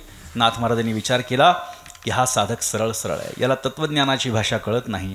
याला असं आपण साधन सांगावं की ज्या साधनेच्या माध्यमातून तो परमात्म्यापर्यंत अनायासपणे प्राप्त होईल. नाथ महाराजांनी सांगितलं, बाळा तुला जर का हरीची प्राप्ती करून घ्यायची असेल तर तू हरीला शरण गेलं पाहिजे. अभंगाच्या पहिल्या चरणामध्ये हरी प्राप्तीचे उपाय, हरी प्राप्तीचे उपाय, हरी प्राप्तीचे उपाय, हरी प्राप्तीचे उपाय, हरी प्राप्तीचे उपाय, हरी प्राप्तीचे उपाय, हरी प्राप्तीचे उपाय, हरी प्राप्तीचे उपाय, धरावे संतांचे ते पाय, धरावे संतांचे ते पाय, तेने तुटती बंधने, तेने साधती साधने, तेने साधती साधने, तेने साधती साधने. हरी प्राप्तीचे उपाय, धरावे संतांचे ते पाय, धरावे संतांचे ते पाय, धरावे संतांचे ते पाय, हरी प्राप्तीचे उपाय, धरावे संतांचे ते पाय, धरावे संतांचे ते पाय, धरावे संतांचे ते पाय. संतांचे ते पाय पुराणामध्ये जर आपण बघितलं तर अशी कित्येक उदाहरणं आपल्याला बघायला मिळतील की हरीची प्राप्ती अनेक जणांना झालेली आहे. ते सकाम भक्त असतील किंवा निष्काम भक्त असतील, परंतु हरीची प्राप्ती त्यांना झालेली आहे. पण त्या हरीच्या प्राप्तीच्यासाठी त्यांना साधन कुठलं त्यांनी निवडलं तर ते संतांच्या शरणागतीमध्ये गेले. हे साधन त्यांनी निवडलेलं होतं.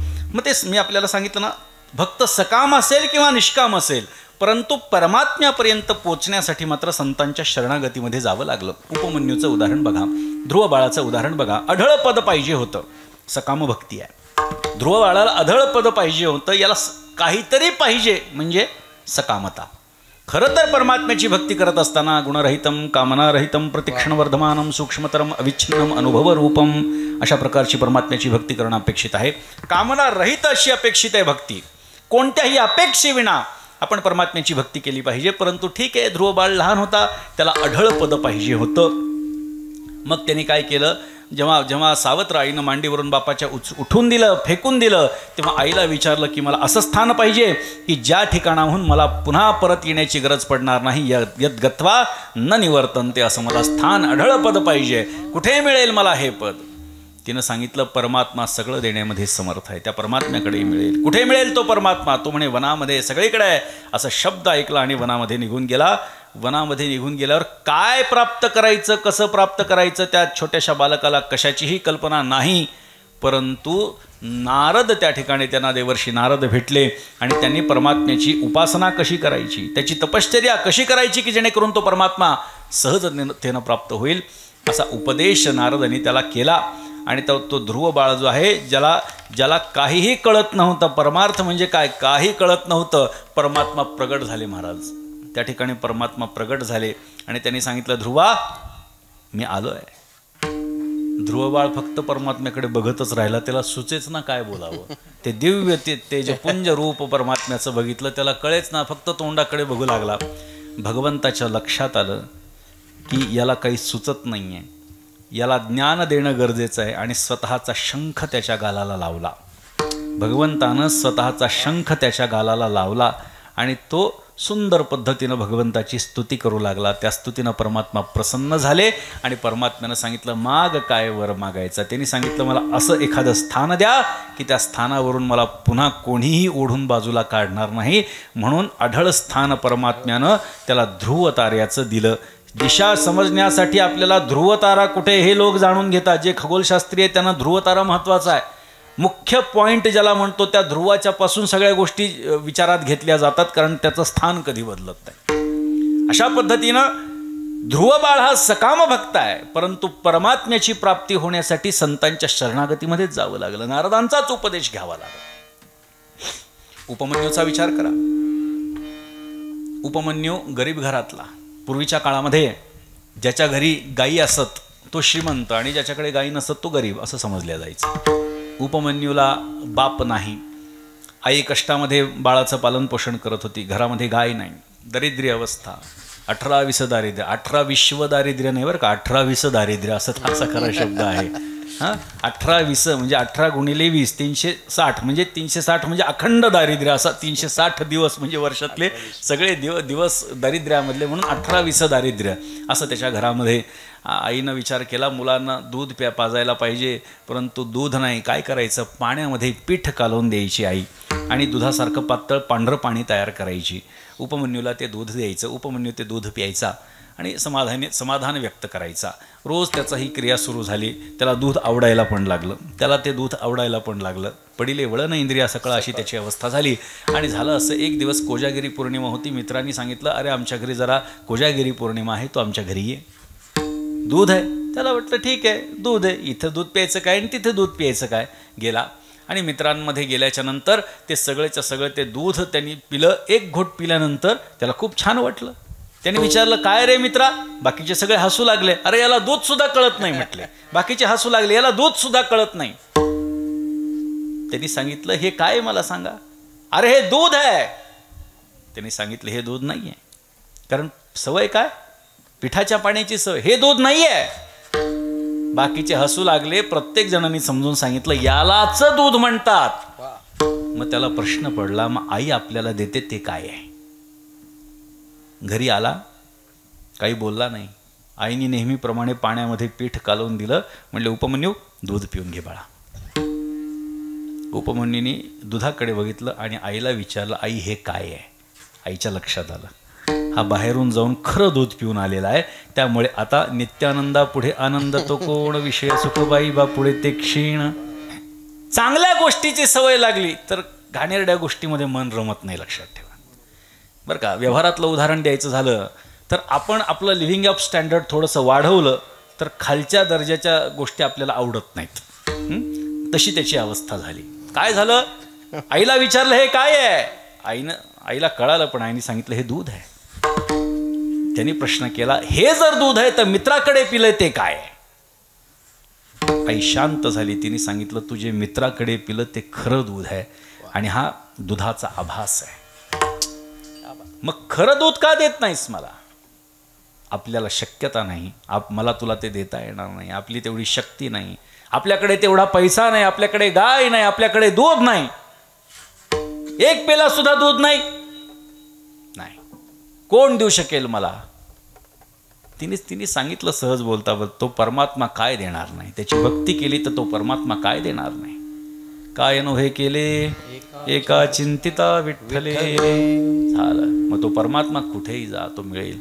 वनामध्ये निघून गेला उपमन्यू, त्याला सुद्धा कल्पना नाही. तो देवाला शोधायला गेला की इथं बसलेला आहे का तिथं बसलेला आहे, शोधायला गेला तो देवाला. तिथे सुद्धा त्यांना देवर्षी नारद भेटले.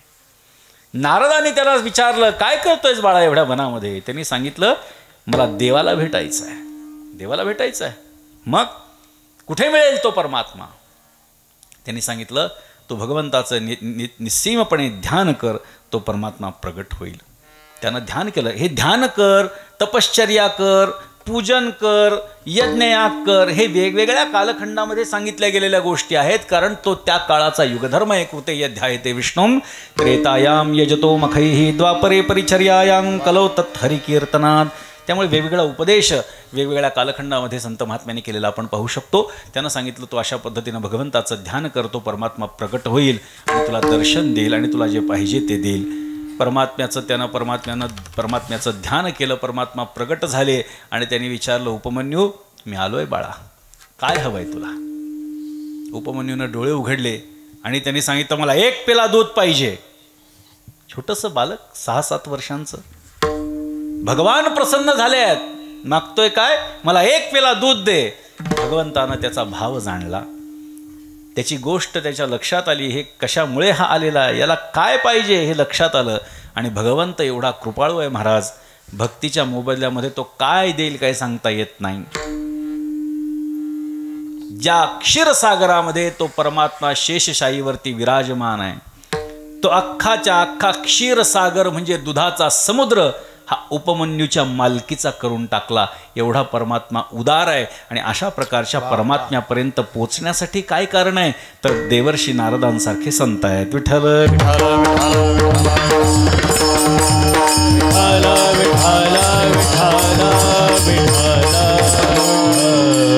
अशा पद्धतीनं आपण कोणत्याही पद्धतीनं संतांना शरण गेलो तरी संत महात्मे आपला उद्धार केल्याशिवाय राहत नाहीत. म्हणून नाथ महाराज सांगतायत की हरी प्राप्तीसी उपाय धरावे संतांचे ते पाय. याच्याशिवाय पर्याय नाही अभंगाचं दुसरं चरण. येणे साधती साधने,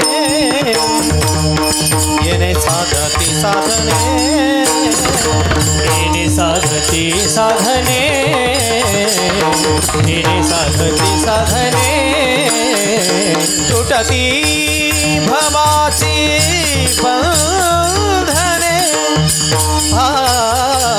येणे साधती साधने, येणे साधती साधने, तुटती भवाची बंधने.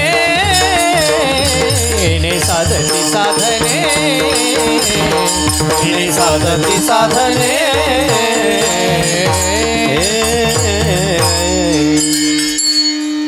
तेणे साधती साधने तुटती भवाची बंधने. नाथ महाराज सांगतात की हे एकमात्र असं साधन आहे. संतांच्या शरणागतीमध्ये गेल्यानंतर आपली भवाची बंधनं तुटणार आहेत बरं का. संतांचा एक एक शब्द काना मात्रा उकार विलांटी अनुस्वार महत्त्वाचा आहे. तेणे साधती साधने तुटती भवाची बंधने. नाथ महाराज सांगतात भवाची बंधनं तुटतात, भव तुटत नाही. भव म्हणजे संसार. लोकांना असं वाटतं की परमात्म्याची प्राप्ती होण्यासाठी संसार सोडावा लागतो, परंतु नाथ महाराज सांगतात संसाराची बंधनं सोडावी लागतात, संसार सोडण्याची गरज नाही. आपण ह्या संसाराला पकडलेला आहे, संसाराने आपल्याला पकडलेलं नाही. त्यामुळे आपण संसाराला जर का सोडलं तर तो परमात्मा आपल्यापासून काही दूर नाही. आपल्याला संत सहजतेनं त्याच्यापर्यंत नेऊन पोचवत असतात.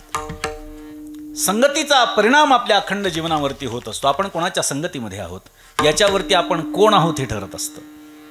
तुकोबारायांचा एक सुंदर अभंग आहे, बळीयाचे अंकित आम्ही झालो बळीवंत. बरं का, जीवनाचं छोटंसं सूत्र लक्षात ठेवा. ज्या माणसाला जीवनामध्ये मोठं व्हायचं आहे त्याने कायम मोठ्या लोकांबरोबर राहावं. काही लोकांना सवय अशी असते की आपल्यापेक्षा खालच्या लोकांमध्ये मी किती वासरात लंगडी गाय शहाणी हे दाखवण्याचा प्रयत्न करतात. अशा लोकांमध्ये कधी राहायचं नाही. उलट ज्यांच्याकडून आपल्याला भरपूर काही शिकायला मिळेल अशांच्या संगतीमध्ये कायम राहायचं. कारण त्यांचं आपण अंकित झालं तर आपण त्यांच्या बरोबरीचे लोकांना वाटायला लागतो आणि वाटता वाटता बरोबरीचे होऊन जातो. त्यामुळे मोठ्या लोकांच्या संगतीमध्ये कायम राहायचं. आपल्यापेक्षा खालच्या लोकांच्या संगतीत राहून काही फायदा नाही महाराज. संगतीचा परिणाम आपल्या जीवनावरती जेवढा होतो तेवढा कुठल्याही गोष्टीचा होत नाही. पाण्याचा एक थेंब आहे, तापलेल्या तव्याची संगती केली, नामोनिशाण शिल्लक राहिलं नाही. तोच पाण्याचा थेंब कमलपत्रावरती पडला, मोत्यासारखा चमकू लागला. तोच पाण्याचा थेंब स्वाती नक्षत्रामध्ये शिंपल्यामध्ये पडला, मोती झाला. संतप्ता यसी संस्थितस्य पयसो नामापि न ज्ञायते मुक्ताकार तया तदेव नलिनी पत्रस्थितं राजते स्वात्यासागर शुक्तिमध्ये तत्पतितं तं मौक्तिकं जायते प्रायण अधम मध्यम उत्तम गुणाः संगात सतो जायते. तापलेल्या तव्याची संगती करणं म्हणजे दुर्जनांची आणि खळाची संगती करणं आहे. खळाची संगती उपयोगासी नये आपणा अपाय त्यांचे संगे. नाथ महाराज सांगतात किंवा नको दुर्जनाचा संग क्षणोक्षणा चित्ताभंग क्षणोक्षणा चित्ताभंग क्षणोक्षणा चित्ताभंग दुर्जनाचा संग क्षणोक्षणा चित्ताभंग क्षणोक्षणा चित्ताभंग क्षणोक्षण चित्ताभंग नको क्षणोक्षणा चित्ताभंग क्षणोक्षणा चित्ताभंग क्षणोक्षणा चित्ताभंग नको दुर्जनाचा संग क्षणोक्षणा चित्ताभंग क्षणोक्षणा चित्ताभंग क्षणोक्षणा चित्ताभंग. नको दुर्जनाचा संग क्षणोक्षणा चित्ताभंग. दुर्जनांच्या संगतीमध्ये माणसानं राहू नये. त्यामुळे तापलेल्या तव्याची संगती करणं म्हणजे दुर्जनांची आणि खळाची संगती करणं हे आपलं नामनिशाण शिल्लक राहत नाही. सर्वसामान्यांची संगती करणं म्हणजे कमलपत्रावरती पडलेल्या त्या पाण्याच्या थेंबाप्रमाणे मोत्यासारखा चमकू लागतो पण किंमत काही नाही. मोत्यासारखा चमकू लागतो पण कोणी जर म्हणेल की मी 100 रुपये देतो, 1 रुपया सुद्धा येणार नाही. सर्वसामान्यांची संगतीमध्ये आपलं नुकसान जरी काही नसलं तरी आपला फायदा पण काही नाही. म्हणून सर्वसामान्यांच्या संगतीत राहायचं नाही. आणि पाण्याच्या थेंबानं स्वाती नक्षत्रामध्ये शिंपल्यामध्ये प्रवेश करणं म्हणजे संत सज्जनांच्या सहवासामध्ये जाणं आहे. त्यांच्या संगतीमध्ये गेल्याच्या नंतर आपला मोती होऊन जातो. आपणा सारिखे करीती तात्काळ नाही काळ वेळ तया लागी.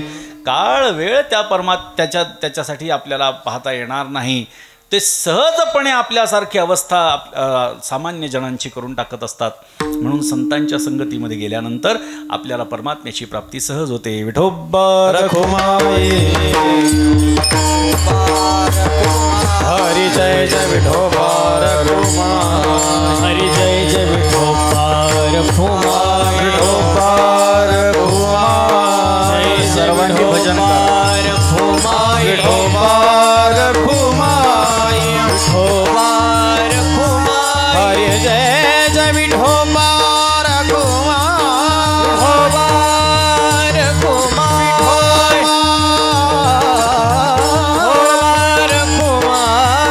हरी विठोबा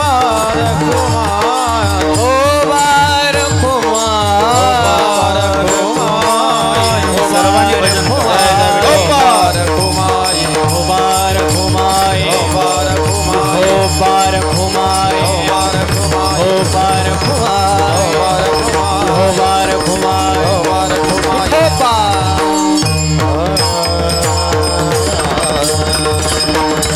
परिप्राप्तीचे उपाय धरावे संतांचे ते पाय तेणे साधती साधने तुटती भवाची बंधने.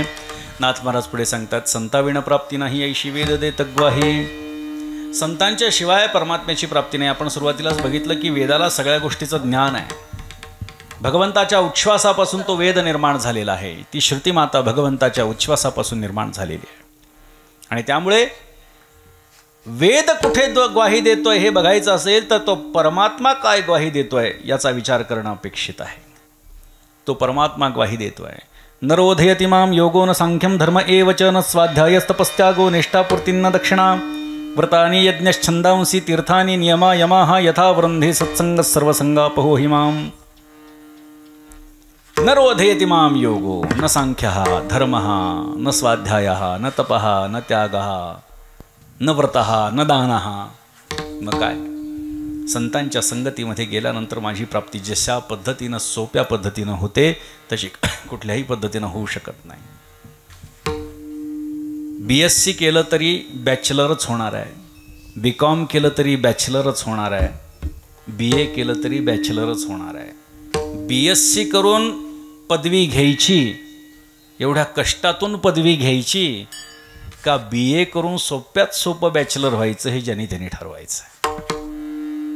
साधकानं आधी साधनं केली पाहिजेत, ती साधनं संतांना शरण जातात आणि मग संत पोचवतात हे सोपं का साधन न करता संतांच्या संगतीमध्ये जाऊन परमात्म्यापर्यंत जाणं हे सोपं.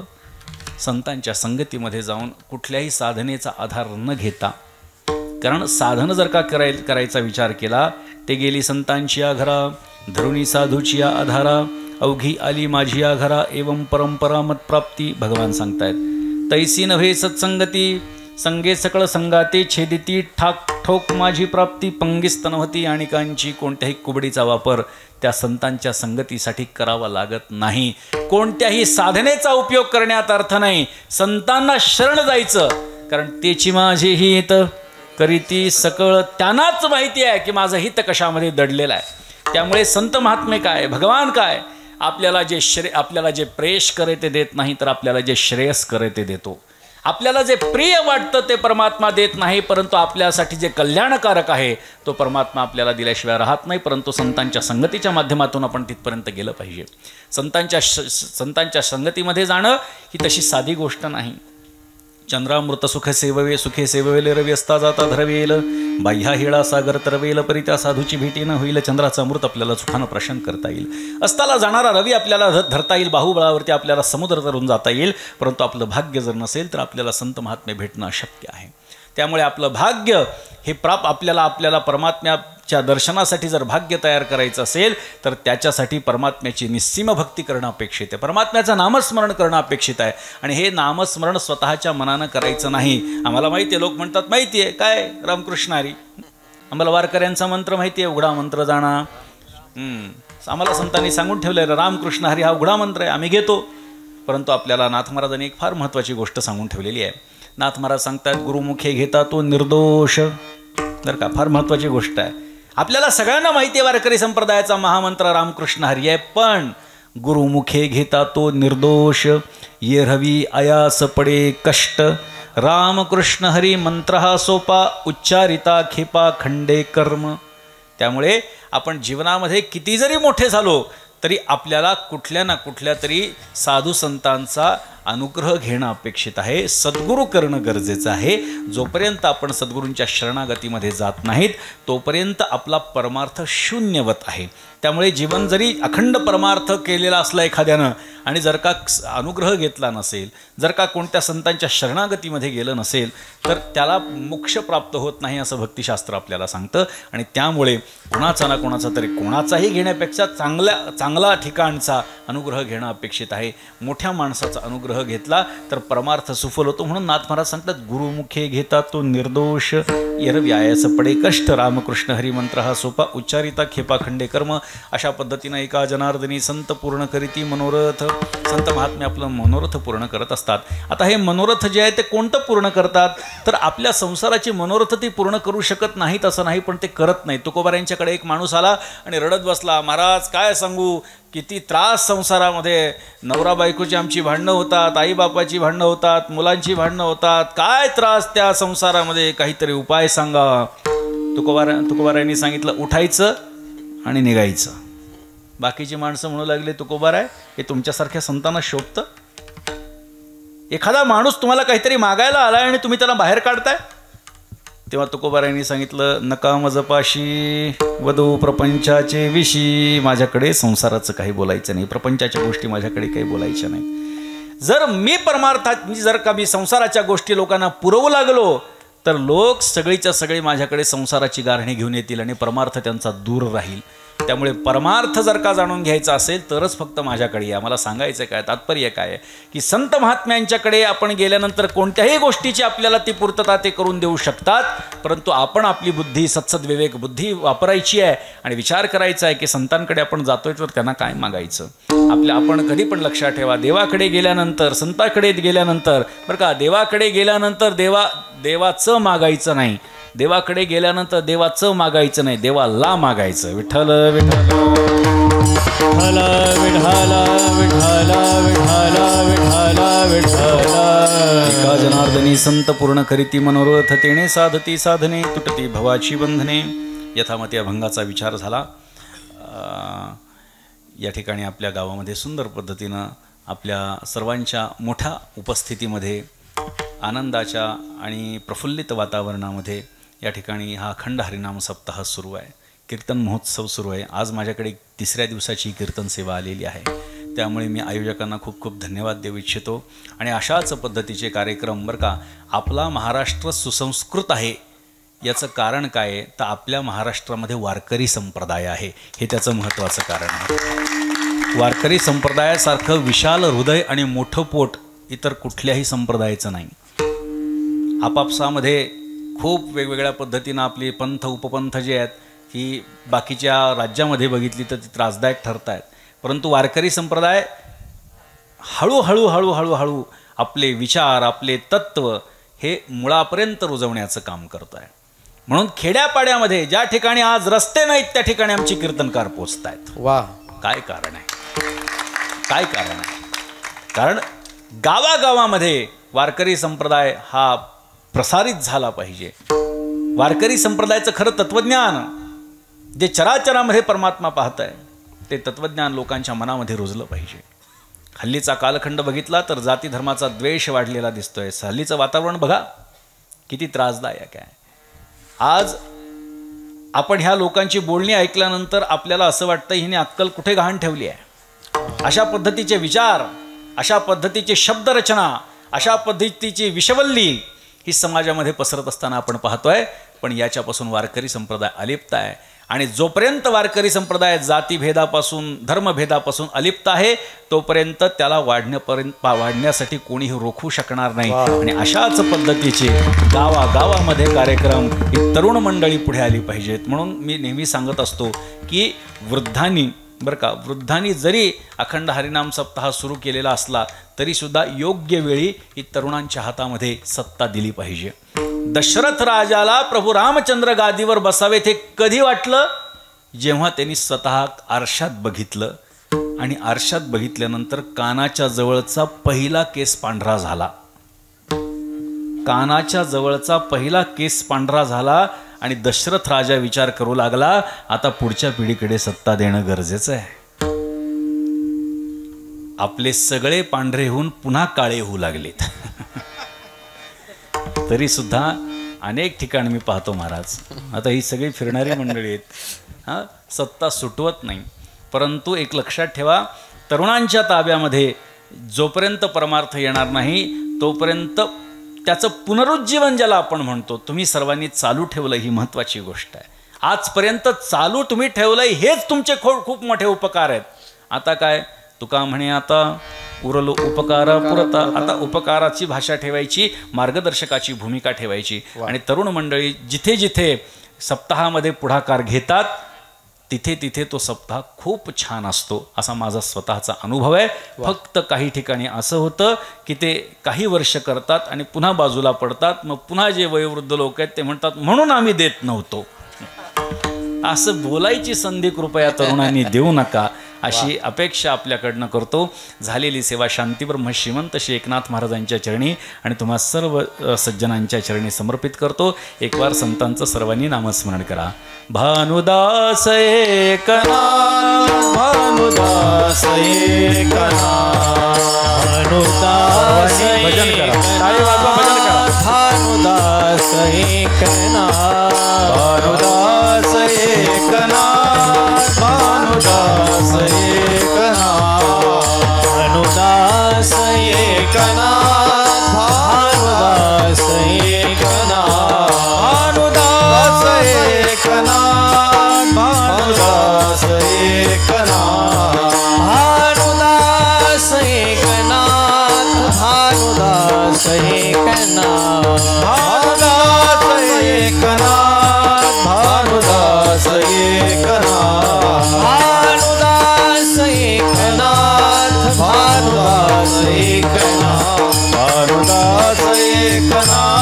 भानुदास एकनाथ भानुदास एकनाथ भानुदास एकनाथ भानुदास एकनाथ भानुदास एकनाथ भानुदास एकनाथ भानुदास भानुदास एकनाथ भानुदास एकनाथ भानुदास एकनाथ भानुदास एकनाथ जनार्दनी संत पूर्ण करीती मनोरथ पूर्ण करीती मनोरथ पूर्ण करीती मनोरथ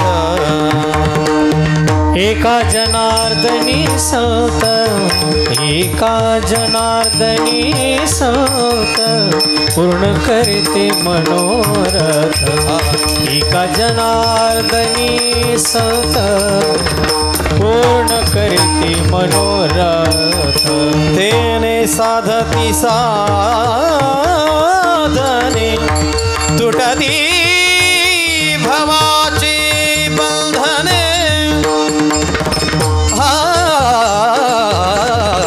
येने साधती साधने तुटती भवाचे बंधने तुटती भवाचे बंधने तुटती भवाचे बंधने येने साधती साधने तुटती भवाची बंधने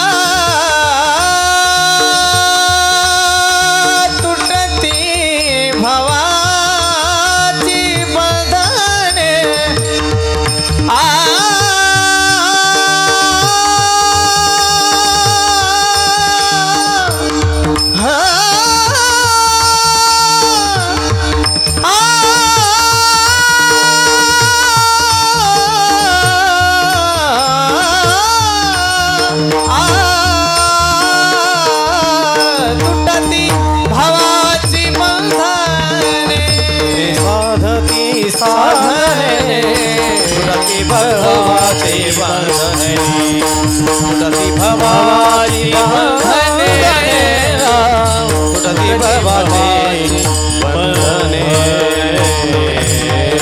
विठ्ठल जय जय विठ्ठल जय जय विठ्ठल जय जय शरण शरण एकनाथा पायी माता ठेविला नका पाहू न दोष पायाचा आता उपेक्षिता नाही सत्ता बोली नका पाहू गुणा दोष झालो दास पायाचा तुका म्हणे भागवत